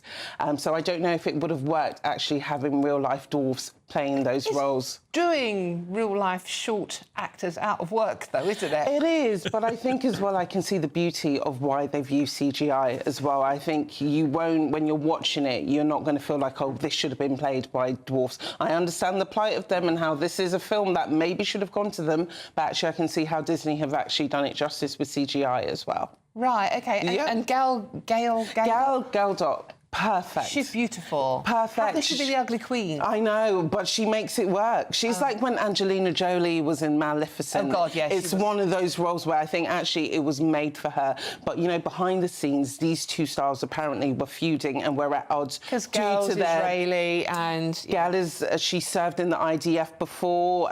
Rachel has been quite vocal about being a pro-Palestine supporter. So behind the scenes, all this bad PR has just affected it. But it's still predicted to bank $100 million this weekend, but that's not the top kind of earner for Disney before. You know, you've had Little Mermaid, which came out 2 years ago. Within the previews, it would bank to $95 million.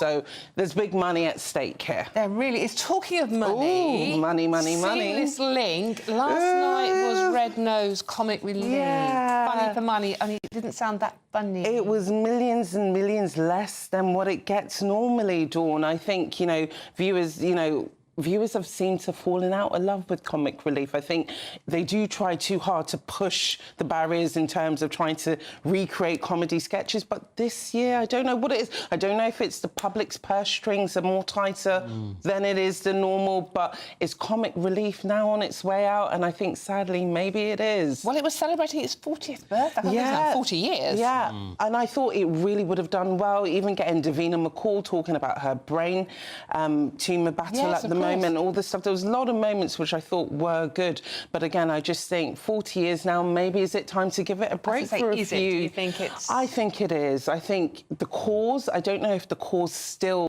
connects with the public. I know it's a good cause and I'll never knock charity, but I think as well, when you're shoving it down audiences' throats every single year, there gets to a point where we're like, where are the changes? You know, is it really effective? 5 hours as well. 5 hours too much, mate. Thank you Thank you very much. Never. I could have 5 hours with you every day. Thank you very much. Definitely text you there as Showbiz Supremo. Thank you very much. Thanks, Dawn. OK, now, if you are in search of, not to escape Steph, by the way, if you are in search of some winter sun, here is a forecast of some of those top European holiday destinations. I forecast a perfect holiday in the sun. Weather looking good then? For sure, and no worries about our travel insurance. All Clear Travel Insurance sponsors GB News Travel Destinations Forecast. After a chilly week, things are turning warmer for Cyprus. We've seen some very heavy rain this week in Spain, but finally turning drier. Still a cold breeze coming down from the north, though, bringing a chill to the Canaries, and still quite a few heavy showers across southern Spain and for Catalonia and the Balearics too on Sunday. But it does look as if it will be turning drier. Some heavy showers for Croatia, plenty of fine and sunny weather over the Greek islands. It'll be warming up here too and turning much drier in Barcelona next week. All Clear Travel Insurance sponsors GB News Travel Destinations Forecast. Good morning. Welcome to your latest GB News weather from the Met Office. After a very dry and sunny much of March, it's a bit of a change over this weekend with some rain and some thundery showers on the way. Low pressure very much in charge of our weather as we head through the rest of the weekend. Weather fronts out towards the north and west of the UK are bringing some quite persistent outbreaks of rain across parts of Northern Ireland and Scotland through the rest of this afternoon.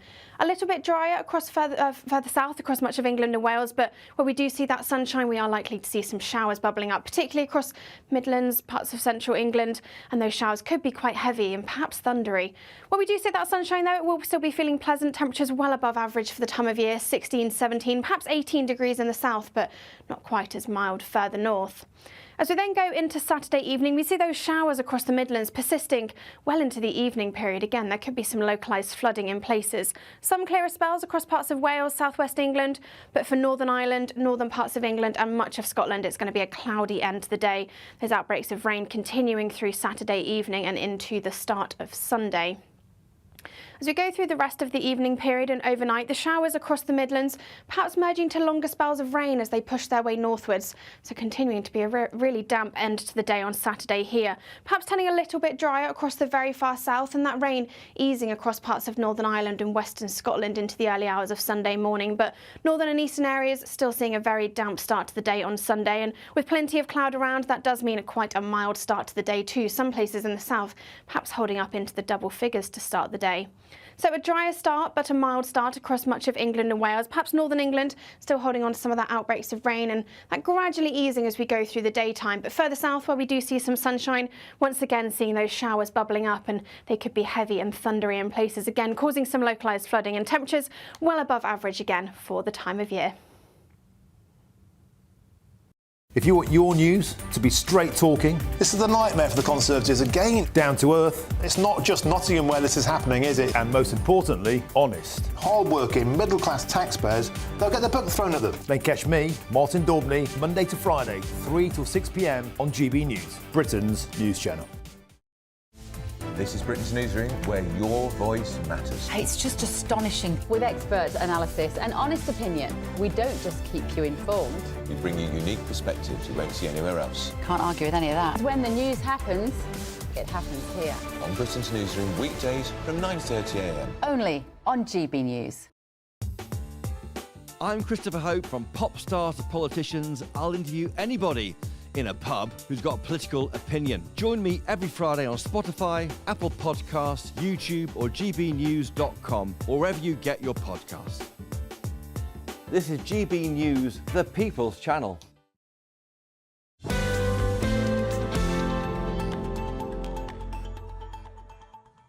Hello, welcome back to the weekend with me, Dawn Neeson. Thank you for your company. It's our last 15 minutes together, so let's make the most of it, shall we?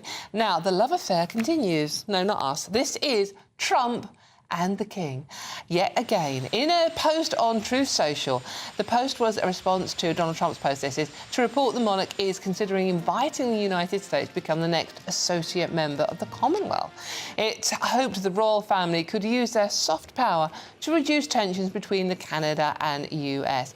Joining me now to make sense of all of this, Trump madness every morning, isn't it? It's royal commentator and historian Rafe Howard-Manku. Rafe, thank you so much for joining me today. Absolute pleasure. Can this actually be a thing? Can this happen? Well, look, when I saw these headlines yesterday, Trump agrees to join the Commonwealth, it was the most surreal headline I think I've ever seen. That's what I thought. April Fool's Day has come a week early. You know, instinctively, I think it's a terrible idea. But actually, this was first touted back in 2017 when we left the EU and the Royal Commonwealth Society, which is not the Commonwealth Secretariat that runs the Commonwealth, but it's a very big charity. They thought we must make the Commonwealth a new type of EU to take up trade and diplomatic links and strengthen the bonds between the Commonwealth. And there was an idea that having the Americans as an affiliate member, not a full member, would strengthen the bonds between Britain and the USA. Of course, it didn't come to anything. We must say here, nothing here has been confirmed. We don't know whether this is actually a real story or not. We'll have to wait and see what happens during the state visit. It's not within His Majesty's gift to offer this. Even though he's head of the Commonwealth, the Secretary-General must discuss this with the member states before any invitation is given. And, you know, the America would have to formally apply. That's for full membership. This thing is an affiliate membership, an associate member. It has never existed before. I mean, you know, they have credentials. They were a former British colony under the Crown, so they have a better case than the last four countries, none of which were actually part of the British Empire, Mozambique and Rwanda and so forth. And next year, of course, is the 250th anniversary of independence, so it might be rather fun to have them come back and recognise the King in their anniversary year, but that's a bit mischievous. I'm not sure that the Canadians would be that keen on this, however. The Canadian question, this is going to be the problem here. If they all have to agree on it, Canada might have a bit of an issue with it. I mean, the thing is, the Canadians have been increasingly looking towards the Commonwealth as an alternative to America, given the treatment that it's been receiving from Trump's trolling about the 51st state. And, of course, we know that Trudeau and the new Prime Minister, Mark Carney, both had an audience with the King. So if this was going to happen, it would have been discussed then, and I can't really see either of them being warm to this idea. So I suspect that this actually may be a non-story. How very dare you? It's a proper story we're talking about. Neil, what do you make of it? Well, good idea for America to join the Commonwealth? I mean, there's no doubt that, you know, our ace card with President Trump is the royal family, and so therefore. But I think we've got to be very careful. And when I went into Canada in those days, it was the Queen's head, and when I saw the Queen's head on the dollar, I thought, well, I'm closer to home now. So whether Trump would go as far as to put the King's head on the American dollar would be an interesting one, would it not? So I think, you know, the whole thing is interesting, but like you said, I think it needs clarification, and I think with President Trump, you know, I think King Charles and our monarchy is probably the best cards we have, and he just loves our royal family, and so there is no telling, because you see, I mean, Dawn, we were talking privately just now, you know, one morning Trump says this, and the next morning Trump says that, and then the following morning he says something different. So I'm fascinated to see where this one goes, but I wouldn't rule it out, and like I said, you know, the fact that perhaps we can claim back the taxes that they owe us, you know, from the time when they seceded from our what was, you know, the throne in those days. So I'm fascinated by this. What do you make of it, Matthew? Well, there's an unprecedented fracture, isn't there, in the relationship between America and Canada, and well, not just Canada and its Western allies. And the scenes that have played out in the last couple of months.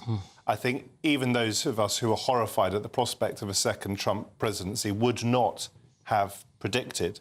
And what it seems to me is happening is that Starmer and the government are using the monarchy strategically in order to try to keep Trump on side. As you said, quite rightly, Neil, the royal family seems to be our Trump card, no pun intended.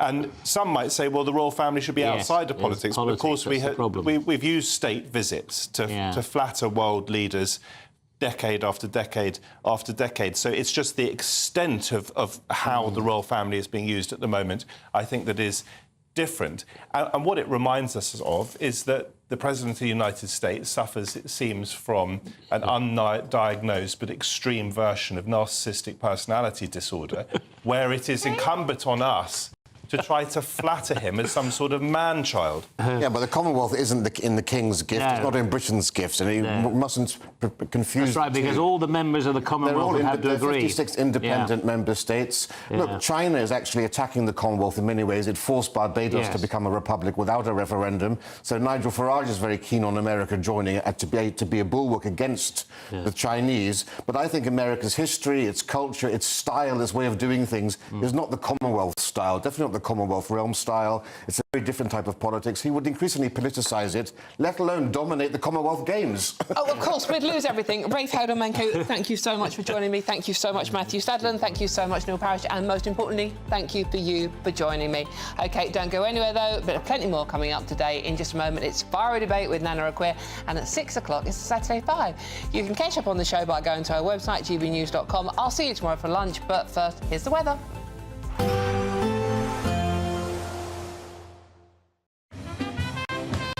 There will be a light breeze in the morning, leading to a warm front. Boxed heat pumps, sponsors of weather on GB News. Good afternoon. Welcome to your latest GB News weather from the Met Office. Staying quite unsettled as we head through the rest of the weekend, with plenty of rain and showers on the cards for many of us, but temperatures still well above average for the time of year. We've got low pressure very much in charge of our weather, with weather fronts out towards the north and the west, bringing some outbreaks of rain continuing across parts of Northern Ireland and particularly across parts of Scotland too. We've had plenty of showers today across the Midlands, central parts of England, these merging to longer spells of rain as they push their way northwards through Saturday evening. It will gradually start to turn a little drier, though, across parts of Northern Ireland and western Scotland as that weather front pushes its way